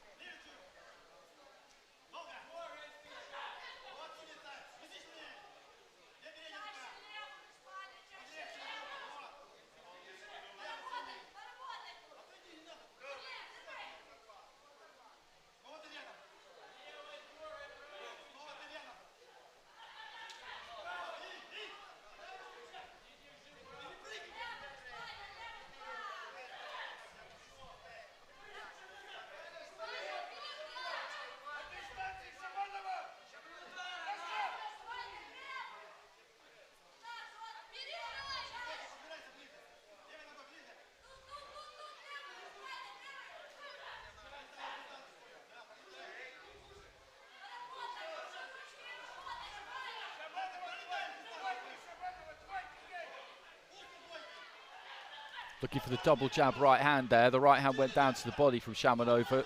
The double jab up top just distracting SHPANIUK a little bit there. SHPANIUK's got to do more here, heading up towards the midway stage of round 2. She's not finding herself on the end of too much. Takes her feet back nicely there, rides the 1-2. But she's just not really going with Shamonova. As I said, she's very reactive. Shamonova is the fighter leading off. She's the one throwing the volume. And enough of it's getting through. This is a semi-final. SHPANIUK has got to, she's got to commit a bit more here. She's losing the fight at the moment.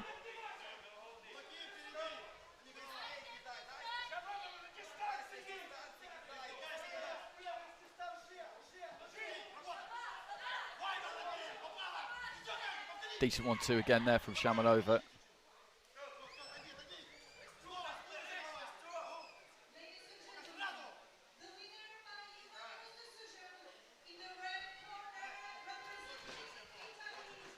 A little bit of a problem with the head guard, maybe, I think, of SHPANIUK.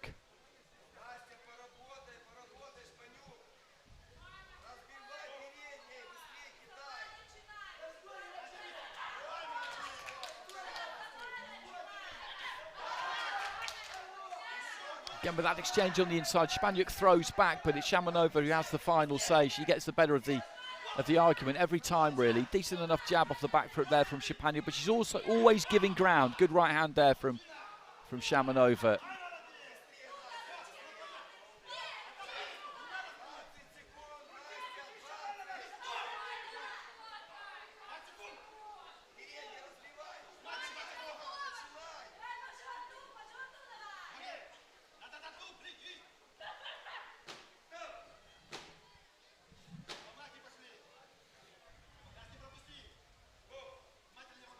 Final few seconds of round 2, and this is going to be another Shamonova round. I don't think there's any doubt about that. And this is looking pretty comfortable for her so far.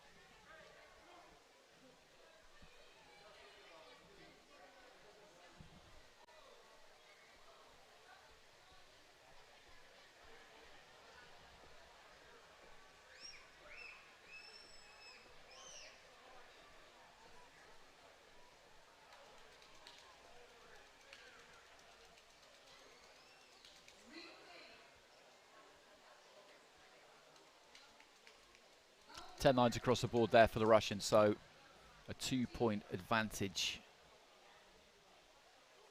she takes into the third and final round. She's the #1 seed and has said much decorated. Seconds out. At junior level, at youth level. So she would have been a pretty hot favourite going into this one. SHPANIUK, I don't want to be too critical because this is a semi-final. She's done well to get here. She is an experienced fighter, but it just hasn't really looked at any stage like she believes she can beat SHAMONOVA. From the way she's gone about this.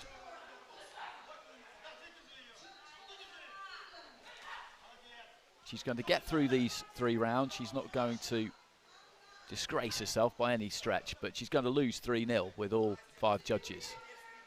Unless she does something to break the rhythm of the fight in this third and final 3 minutes. And that doesn't look likely.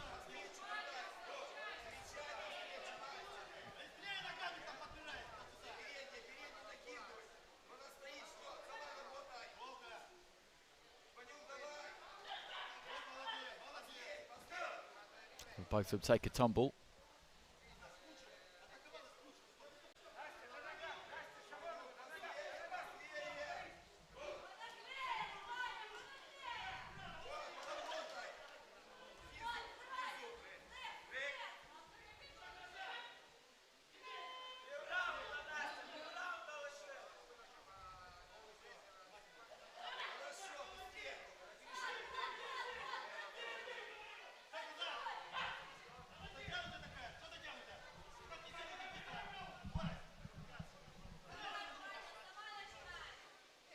Feint there from SHAMONOVA again, just throws that lead glove up high and comes back down, looks for the jab. Referee just having a quick word about making contact with the inside of the glove. It has to be the knuckle part of the glove. Into the final minute. The Russian corner still giving instructions here to SHAMONOVA, but she's all but through here and doesn't need to overexert herself in this final 45 seconds.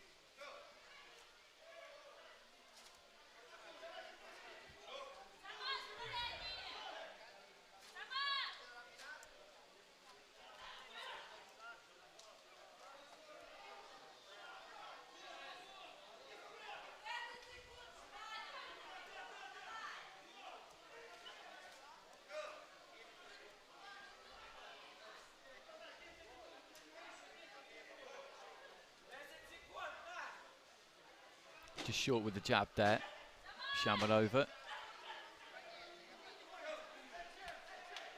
His stamina is held up nicely through these 9 minutes.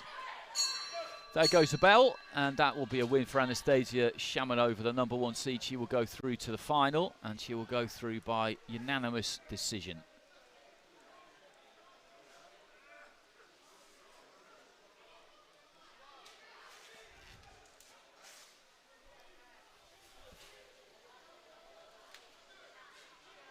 Our next semi-final just waiting in the wings. At middleweight, that'll be AGATA KACZMARSKA of Poland up against Gabriela Stonkute of Lithuania. Stonkute, who beat the #2 seed, Melissa Gemini of Italy, in her previous fight. Ladies and gentlemen, the winner by unanimous decision in the red corner, representing Russia. So she gets it, SHAMONOVA, 3 rounds to 0 with all 5 judges. And she goes through to Thursday's final.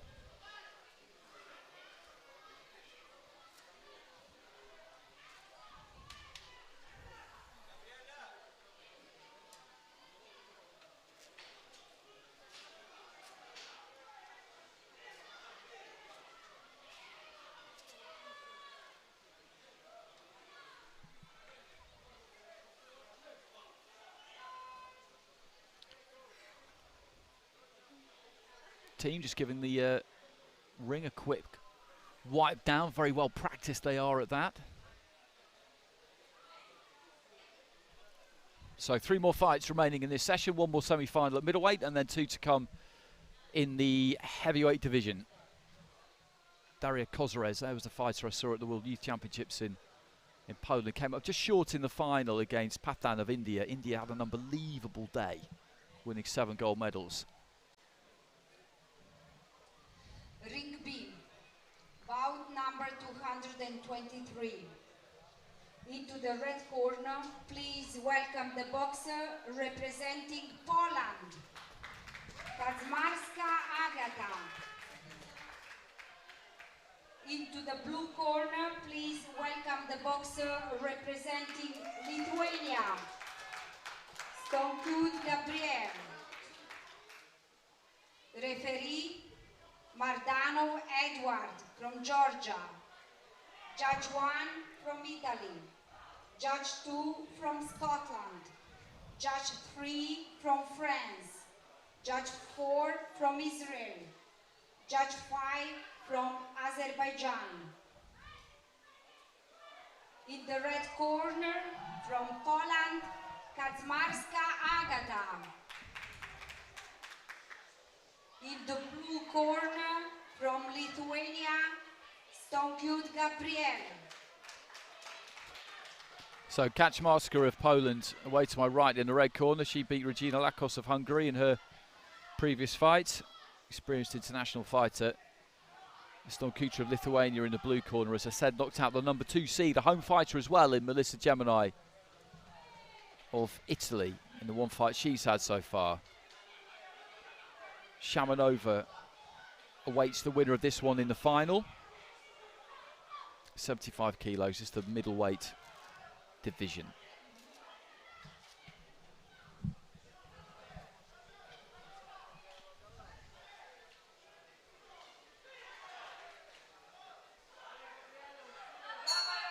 Round 1.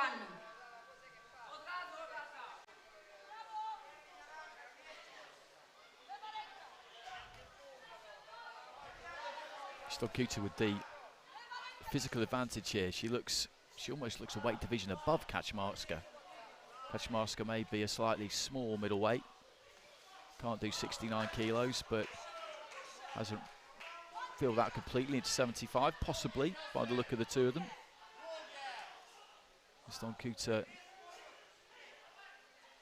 with some physical advantage here. Just tend to lean quite heavily on that front foot, the Lithuanian fighter in blue. That weight is well forward. That might be something that KACZMARSKA can capitalise on. If she can just get her to take that weight right over the top of the front foot, then there's no way she'll be able to get it back.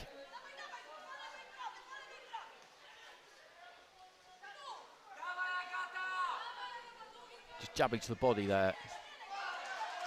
Stonkuta. Nice short jab there from the Lithuanian. Needs to keep trying to use that. Lead left hand there though from KACZMARSKA was a good shot. Gets up nice and close. Lands that right hand. That's where she needs to be. He got onto the inside again effectively there too and launched the body attack. Stonkuta's got to keep using that jab. Got to try and use that reach if she can. As I said though, she does really lean forward onto that front foot, and that just puts her head into easier range for KACZMARSKA. Good jab there from Stonkuta. Every now and again she pops it out with some good snap on it. Right hand there from KACZMARSKA, who catches Stonkuta.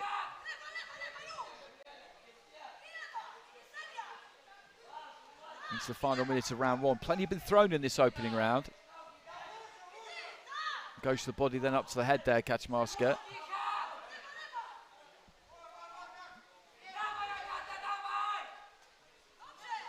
Right hand again over the top, left hand on the inside from KACZMARSKA, who's having some good success here as the round goes on. Decent jab. Stonkuta is having some joy herself as well. Pulls off a right hand there. But KACZMARSKA just walking her down increasingly towards the end of the round. Left to the body, right up to the head.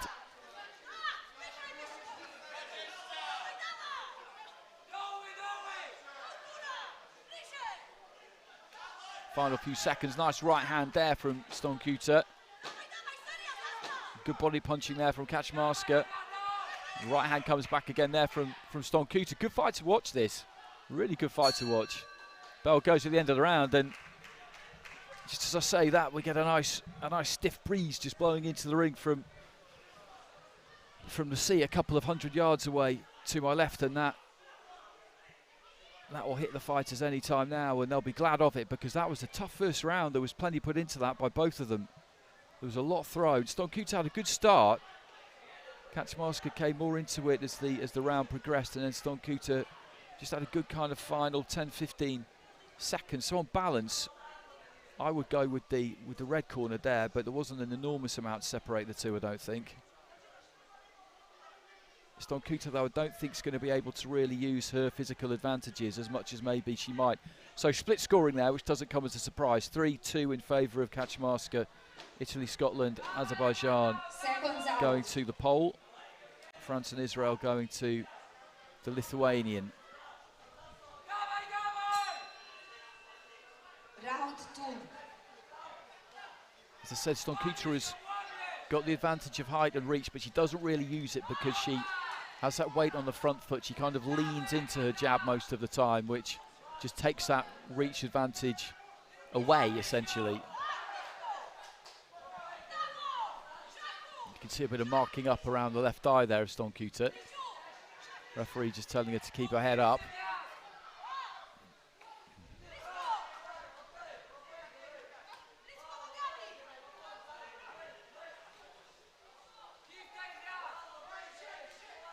Nice left-hander she was moving off there, Stonkuta, but KACZMARSKA gets up close, works the body well.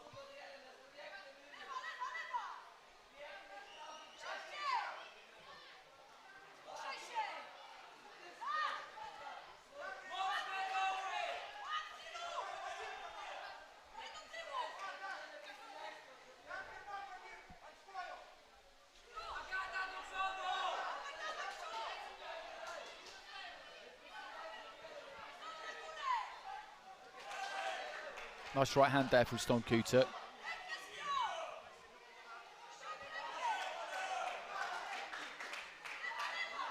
And she's made some adjustments here in the second round, the Lithuanian. She's moving a little bit more. She's maintaining that distance better than she did in the first round, despite the fact that she takes away a bit of her reach, as I mentioned, by leaning in slightly too much. She's still making it work for her better in this second round than she did in the first. KACZMARSKA not able to get onto the inside as much as she did in the opening round.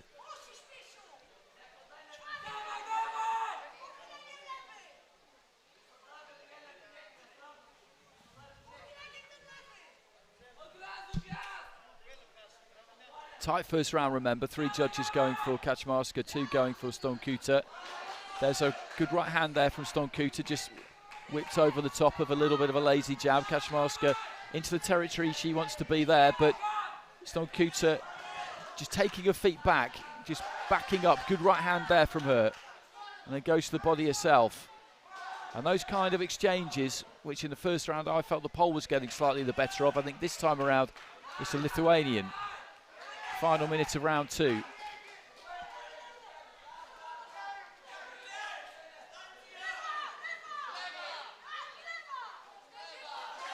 Nice combination there from Stonkuta, and again a good left hand. But she's throwing those 2-3 punch combinations and then looking to, as I said, just re-establish that distance between the two of them, rather than staying in there and then coming off second best.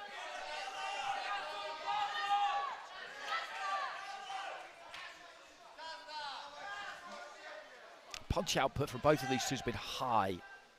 I've mentioned on occasion the hot conditions. That won't be anything particularly new to a lot of these fighters, but the World Youth Championships, for example, back in Poland in April was indoors. It was literally freezing most of the time when we were there. Not inside the arena, but it was nothing like this. It was nothing like this. Various tournaments going on Europe-wide, worldwide over the last 2 or 3 months. The calendar's been busy, but you won't have had many conditions more demanding than these. I would bet some money on that. From where I was sitting, Stonkuta had the better of that second round. I would have it one apiece going into the third and final round on my card. Let's wait and see what the judges have done with round 2. They went 3-2 in favour of KACZMARSKA at the end of round 1. And they've all gone for Stonkuta there. So she's got a 2-point lead with 2 of the judges. The other 3 scores are 19-19. So KACZMARSKA, the equation for her is simple. She needs to turn all of those 19-19s her way. Stonkuta needs one of them. KACZMARSKA has got to come out aggressive here, but she can't be too gung-ho. She's got to think about this. She needs to try and really drive Stonkuta back, which she does there very effectively. Referee saying that the punch was a little bit low. Looks okay to me. But just wandering in a little bit there. She's got to take her feet with her. The key for KACZMARSKA is getting close enough to land. And as I say, she's got to get those feet close if she's going to land. Just throwing from the outside and falling in after it, that's not going to work.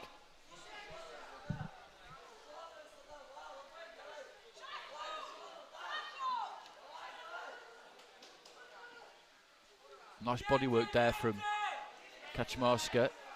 Stonkuta, she still needs one of those level cards, remember. She can't afford to drift through this final round, and she's not going to. A good couple of left hands there from Stonkuta. But she just stays in the pocket there when she doesn't really need to. Not necessarily losing that exchange, but KACZMARSKA will want it there. That's exactly where she'll want it, where it is now. Looking to try and push Stonkuta back towards the ropes. Good work rate this from the pole. Left to the body. Stonkuta's got to try and re-establish that distance between the two of them, which she did do in that second round. Body punching again, followed by right hand there from KACZMARSKA, and Stonkuta is under severe pressure here. It's not that she isn't landing with the odd shot, she absolutely is, but KACZMARSKA is throwing the heavier volume and having the better overall success, I would say.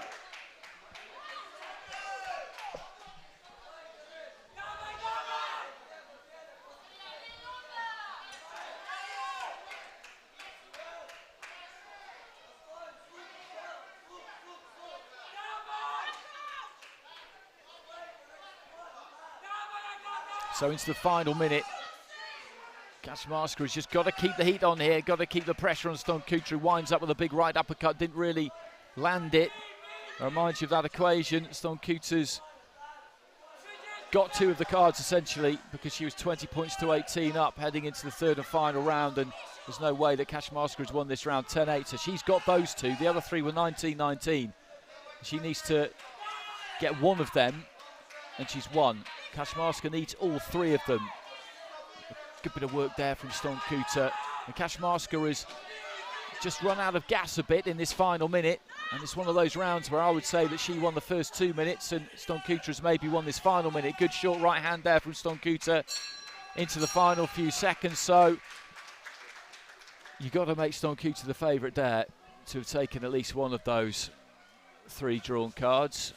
KACZMARSKA needs all of them. I don't think she's going to manage to achieve that. I wouldn't say there was a clear winner in that final round either way, to be honest. Stonkuta's good finish could have about levelled it up. It was a difficult one to pick.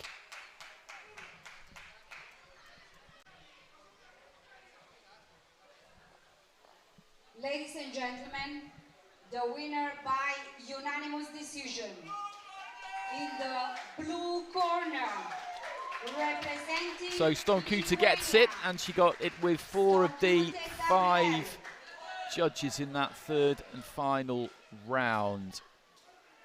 Unanimous decision, so 2 rounds to 1 with 4 of them, and 3 rounds to 0 with the other one. And that's a good performance because she was up against it after that first round, but she got it with 2 of the judges. I felt that was a KACZMARSKA round, that first round. The second round, definitely a Stonkuta round. The third round, not much in it at all.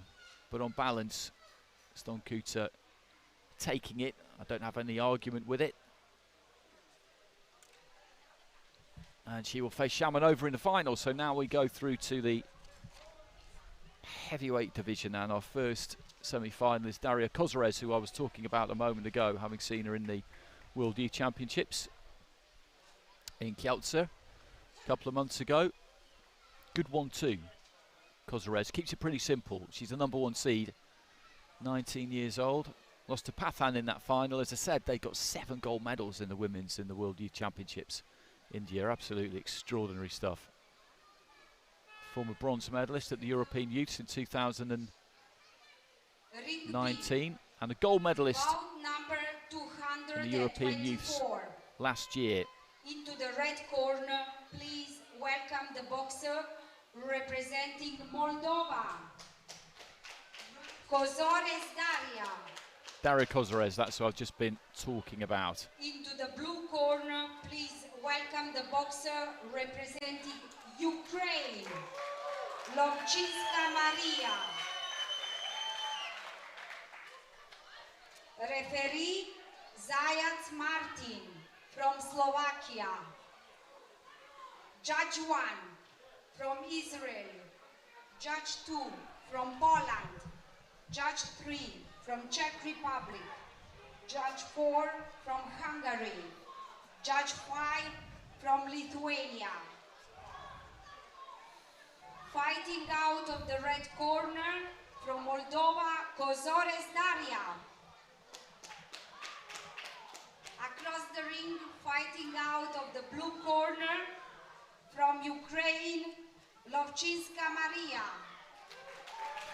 This is Cosares' first fight she got a bye in the previous round. Lovchinska beat Rekha Hoffman of Hungary by unanimous decision. She boxed at the 2018 World Youths, Lovchinska, so does have experience.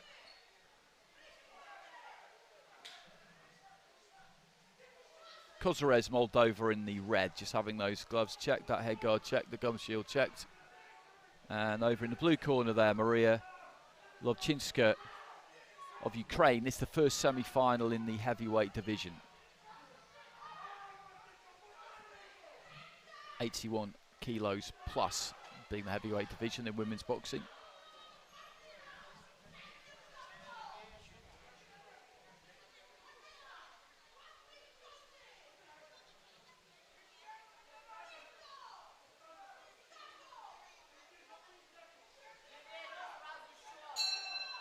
Round 1. So into the first. Cosares looking for that jab. As I said previously, she looks to keep things simple. It's a 1-2 that she looks for, trying to move ahead. She knows that Lovchinska has got the height and the reach on her. Fighters generally do. That's a common problem for her. Lovchinska needs to get some snap in that jab in her own 1-2 to keep Cosares on the outside. Because if she can get those feet close enough, Cosares, then that 1-2 that she throws can be quite damaging.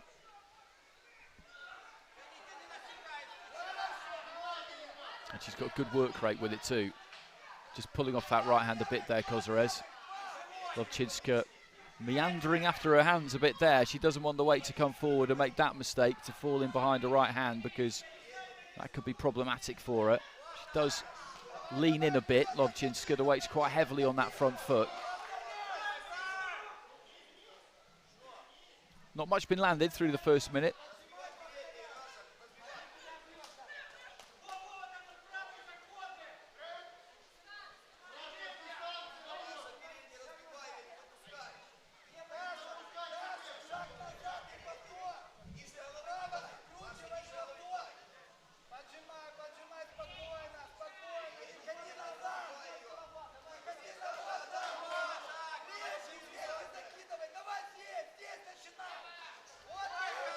Right hand on the inside there from Lovchinska as Cosares was coming forward. You could see her moving that head. She's concentrating on that head movement. The problem she had in that World Youth final against Pathan was that Pathan caught her on the way in. She was a little bit static. There's a long 1-2 there from Lovchinska, but again, that balance kind of goes. She does have a real reach on it. Again, leaning into a right-hand lead, and the weight comes forward. Throws the right hand there, then just rolls out to the right. Cosares not really shooting that backhand through straight, just pulling off that right hand a bit. It's a tight round, this. Looking for the uppercut there, Lovchinska. Didn't land it.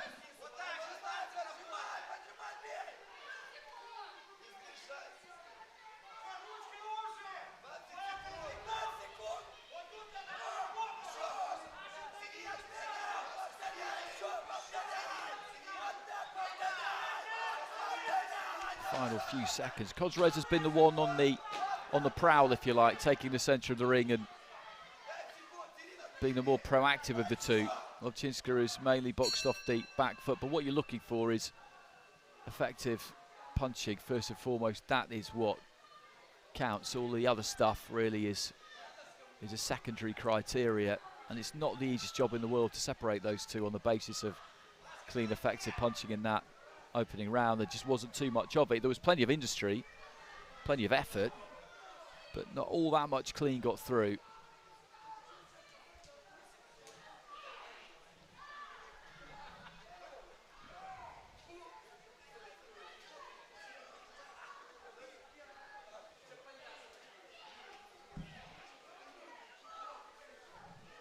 Well, there are the scores, and Lovchinska gets it with 4 out of the 5 judges. As I said, not a great deal to choose between the two. Lovchinska maybe did just land that little bit more. There was nothing of any great weight, but in AIBA boxing, there is less emphasis, it's fair to say, on how hard you hit the target than there is in professional boxing, and a bit more emphasis on hitting that target.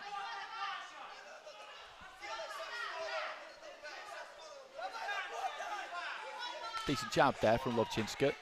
Cosares has got to work out a method of getting those feet close and getting into range for that 1-2. Did better with it there. Nice right hand on the inside from Cosares. Lovchinska, I don't think, really has the power to bother her unduly, so if it's a case of needing to kind of walk through her to get into range, then I think that's what she'll have to do. Decent looking right hand again there from Cosares, and signs are that maybe that is what she's going to try and do in this second round.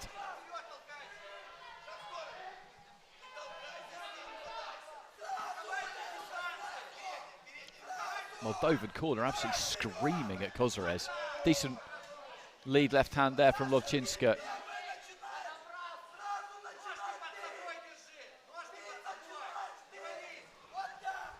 Stepped in there, Cosares, made contact with the jab, right hand, but then Lovchinska just closes in, grabs hold, does a little bit of wrestling. And with these bigger fighters with that greater body mass to carry around, these conditions could be even more difficult for them. Reaching for that long right hand there, Cosares. Lovchinska steps into a good-looking jab.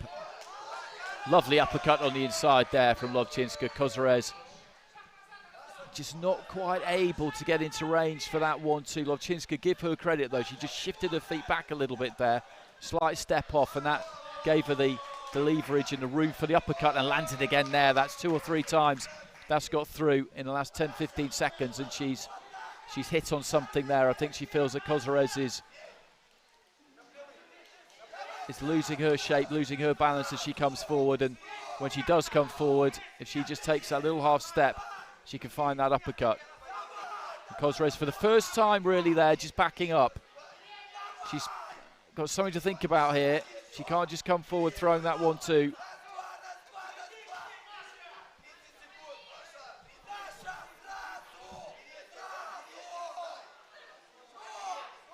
And looking for that right hand there.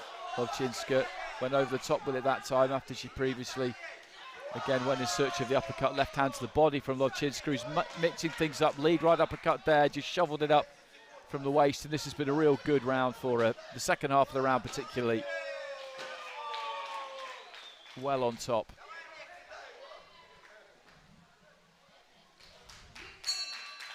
Bell goes to the end of round 2.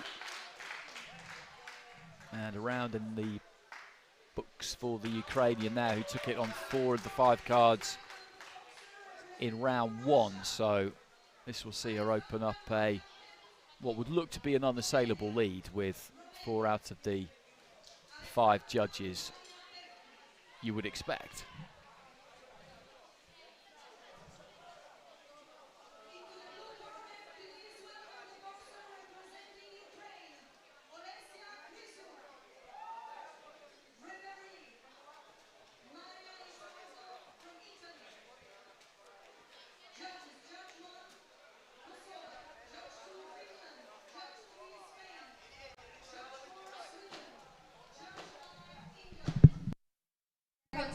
So Lobczynska, as expected, sweeping the board there, so she has that 20-18 lead with 4 of our 5 judges, level with the Polish judge, and Lobczynska just needs to keep doing what she's been doing, doesn't need to search for anything major here. Cosares very much does. That might, I think, in the last 3 minutes leave her quite open, quite vulnerable. Good right hand there from Lobczynska, who's really kind of grown into this fight. The first round she was maybe slightly circumspect and there wasn't much in it, but that second round that we've just seen, she won that comfortably.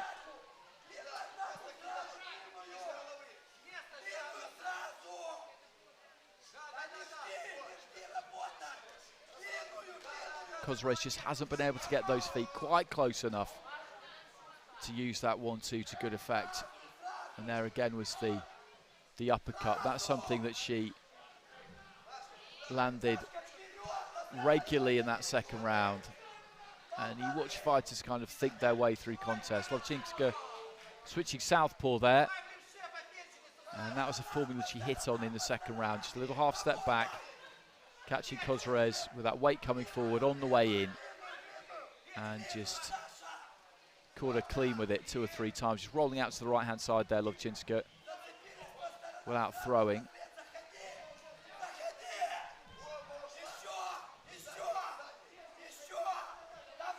Midway through the third and final round, 1-2 there from Lobczynska. Cosares still working hard all the way through here, trying to make something happen.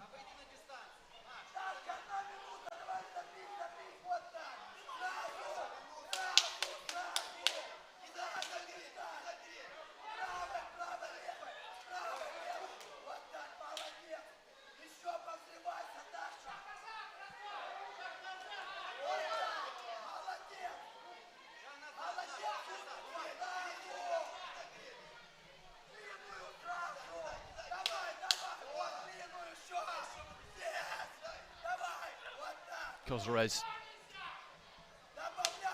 labouring a bit with that right hand there. As I said, still putting maximum effort into this, and has worked hard in this third and final round as she has done throughout the whole fight. But the cleaner punching again is coming from Lobczynska, who again there just fires off a good combination. Nice variety. There was an uppercut in there, a right hook. And there's that right hand, there's that right uppercut. She's catching Cosares with that almost every time she throws it. Just dabs with the right hand lead there, Lobczynska. She's got good movement for a heavyweight. Decent reflexes. As I said, that weight is maybe a little bit too heavily on that front foot. Just takes a little walk towards the end. There goes the bell. Lobczynska's got it, and she knows she has.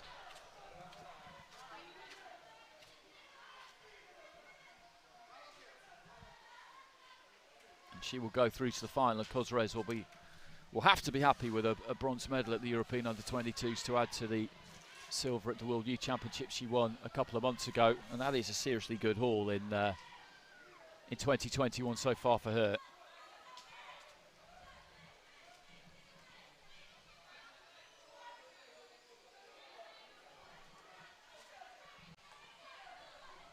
Ladies and gentlemen, the winner by unanimous decision in the blue corner, representing so Lobczynska gets it and won Maria. every round but one on the judges' scorecards.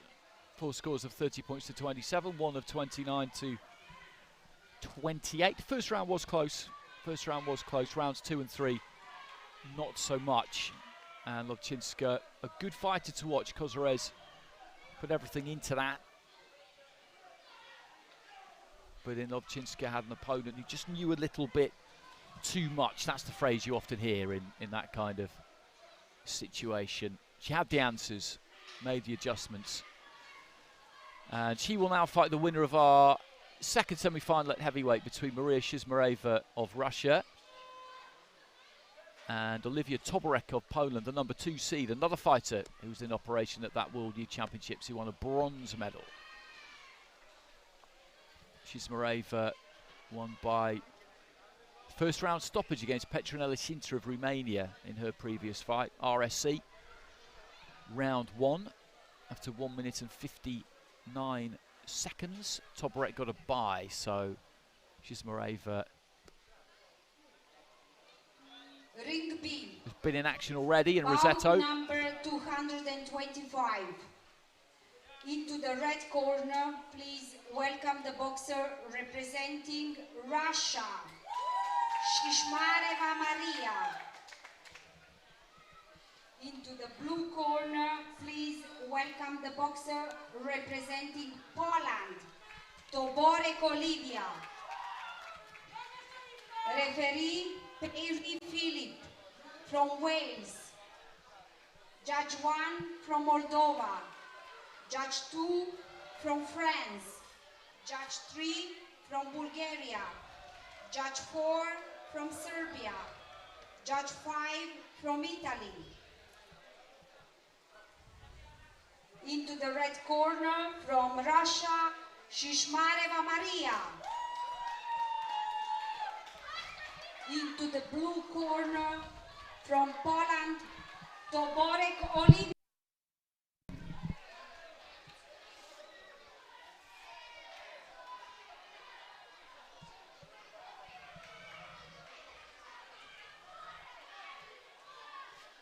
So final checks, this is the last fight of the session, of the afternoon session in Ring B. Here at the Lido d'Abruzzo in Rosetto.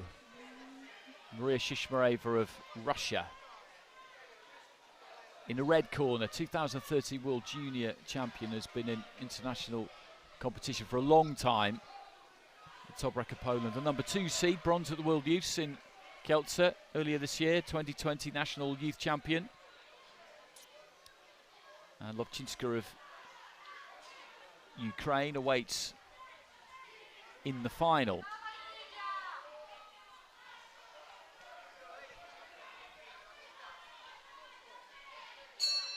Round 1.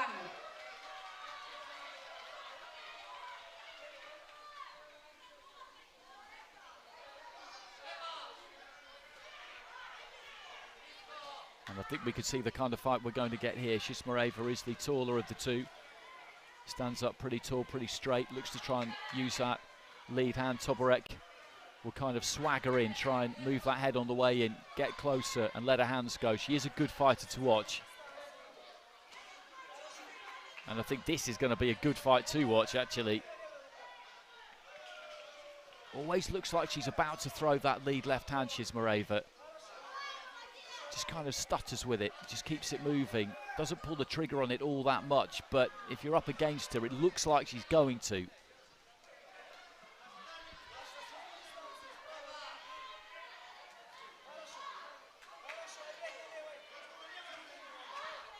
Nice little jab to the chest there for Toborek, who's giving away some serious size here.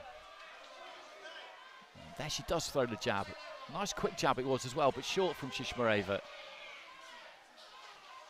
Looks to lead off with the right hand, found the right hand.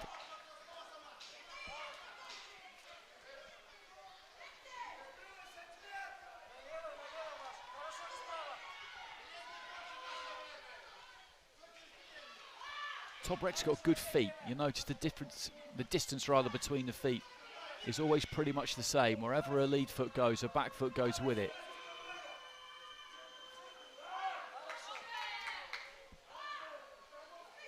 There's a jab from Shishmareva. That's what she needs. Gloves up high there from Toborek, who's in distance there, but doesn't let her hands go. Does eventually. And Shishmareva was was ready for it heading into the final minute of round one. Not been much in this so far. Looking for the uppercut on the inside there, Shishmareva didn't manage to land it. And Toporek just catching a right hand and a left as she came in there. Shishmareva's just beginning to pick her off a little bit as she comes forward, which is a slightly ominous sign. She's got to make sure she moves that head, which she doesn't really do. Jab again there from Shishmareva as Toporek just looked to get into range and throw that right hand. Generally that's what she's looking for, but she needs to use some lateral movement.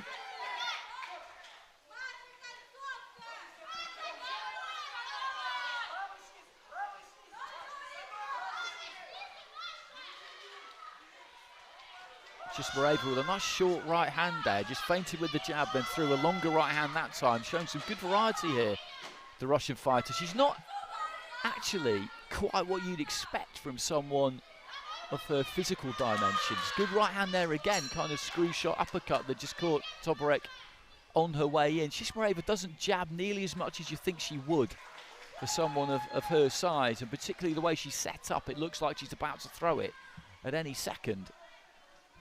But she's got some other weapons in her arsenal, that's for sure. I made that a good round for her, the Russian, that opening round.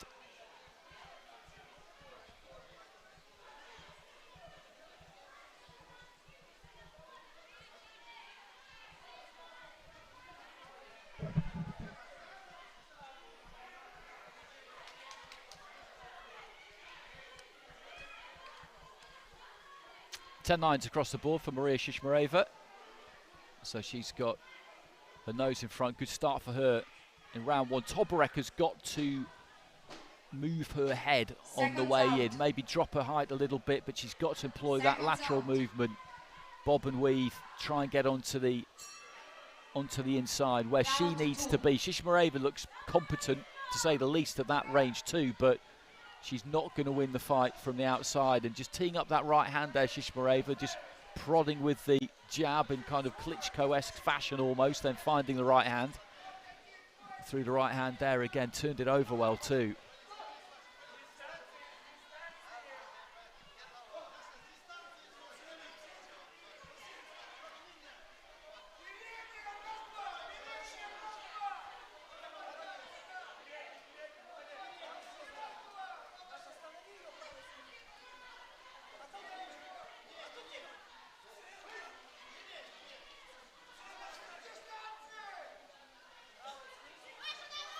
Lovely right hand there from Shishmareva. The jab didn't quite get there, but it gauged the distance, let the right hand go, looking for the right hand on the inside. Minute into round two, and more of the same really that we saw in the first round. Toporek just using the elbow a bit there, the forearm. She's got to try something, because she's just walking onto punches here. She's not looked hurt at any stage, but at the very start of the fight, it looked like she might be able to close that distance quite effectively. Maybe caught Shishmareva a little bit cold. But since then, it's been a difficult thing to do. Midway point of the contest.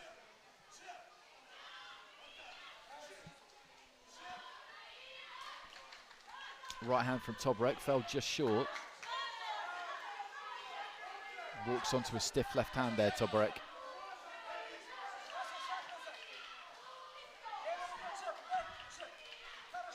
Using that high guard to try to get up close that time. Toporek into the final minute. Working hard here. And there's that left hand again from Shishmareva, whose punch completion ratio would be pretty high in this fight, I would say. She's thrown quite sparingly, particularly in this second round. We've still got through with plenty.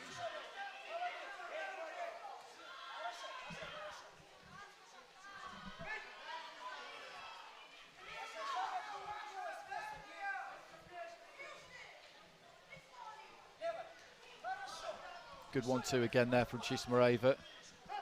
It's the right hand that lands more solid. The jab sometimes will just touch, as I said, find the range, the distance, but the right hand will be a touch heavier.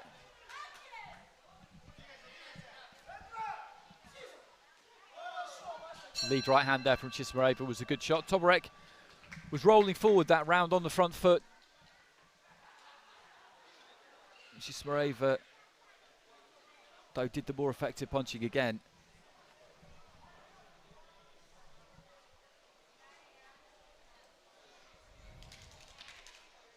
One more round to go in this afternoon session in Ring B here in Roseto in the European under-22s.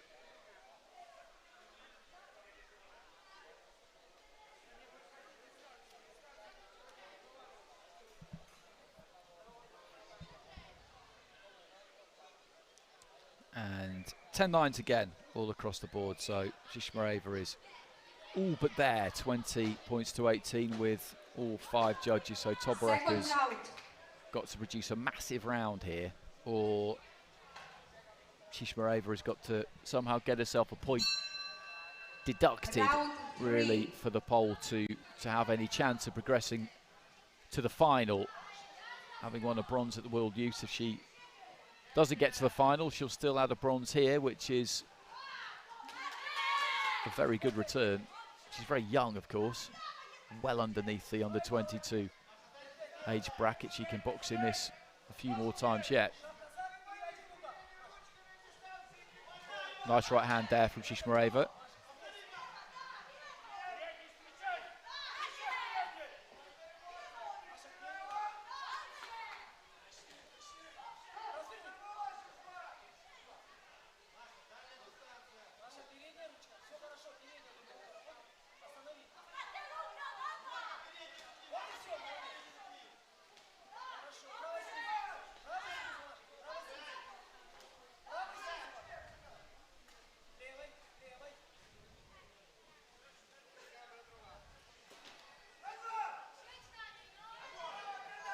Toborek just following Chismareva around a little bit there, kind of wandered into range, and Chismareva just let the right hand go. Good jab there from the Russian, and she was giving ground, jabbing off the back foot, was meeting Toborek solidly enough just to knock her back, cause her to reorganise and go again.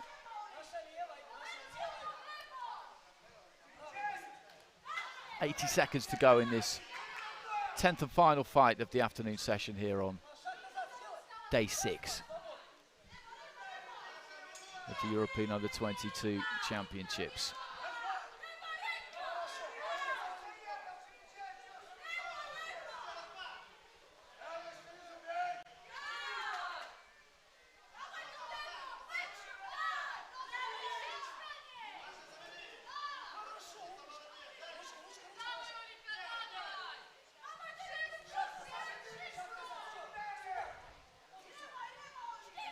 Toborek with a left hand to the body. She just found it difficult to have too much of an effect on Chismareva. Left hand there, though, got through. Her most promising spell was the first 20 seconds or so, 30 seconds of the fight. And since then, it's been difficult for her. She stuck to the task well.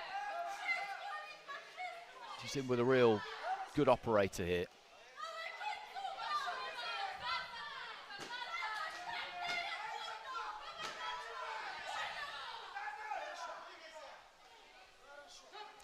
So final few seconds as we head up to the bell. There it goes.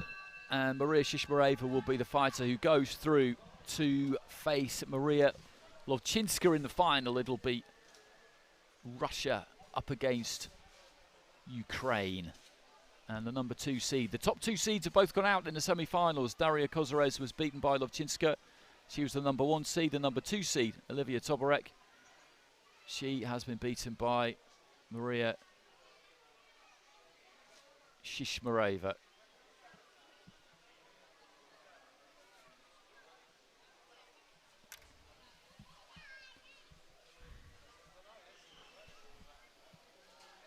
Ladies and gentlemen, the winner by unanimous decision, red corner, Representing Russia.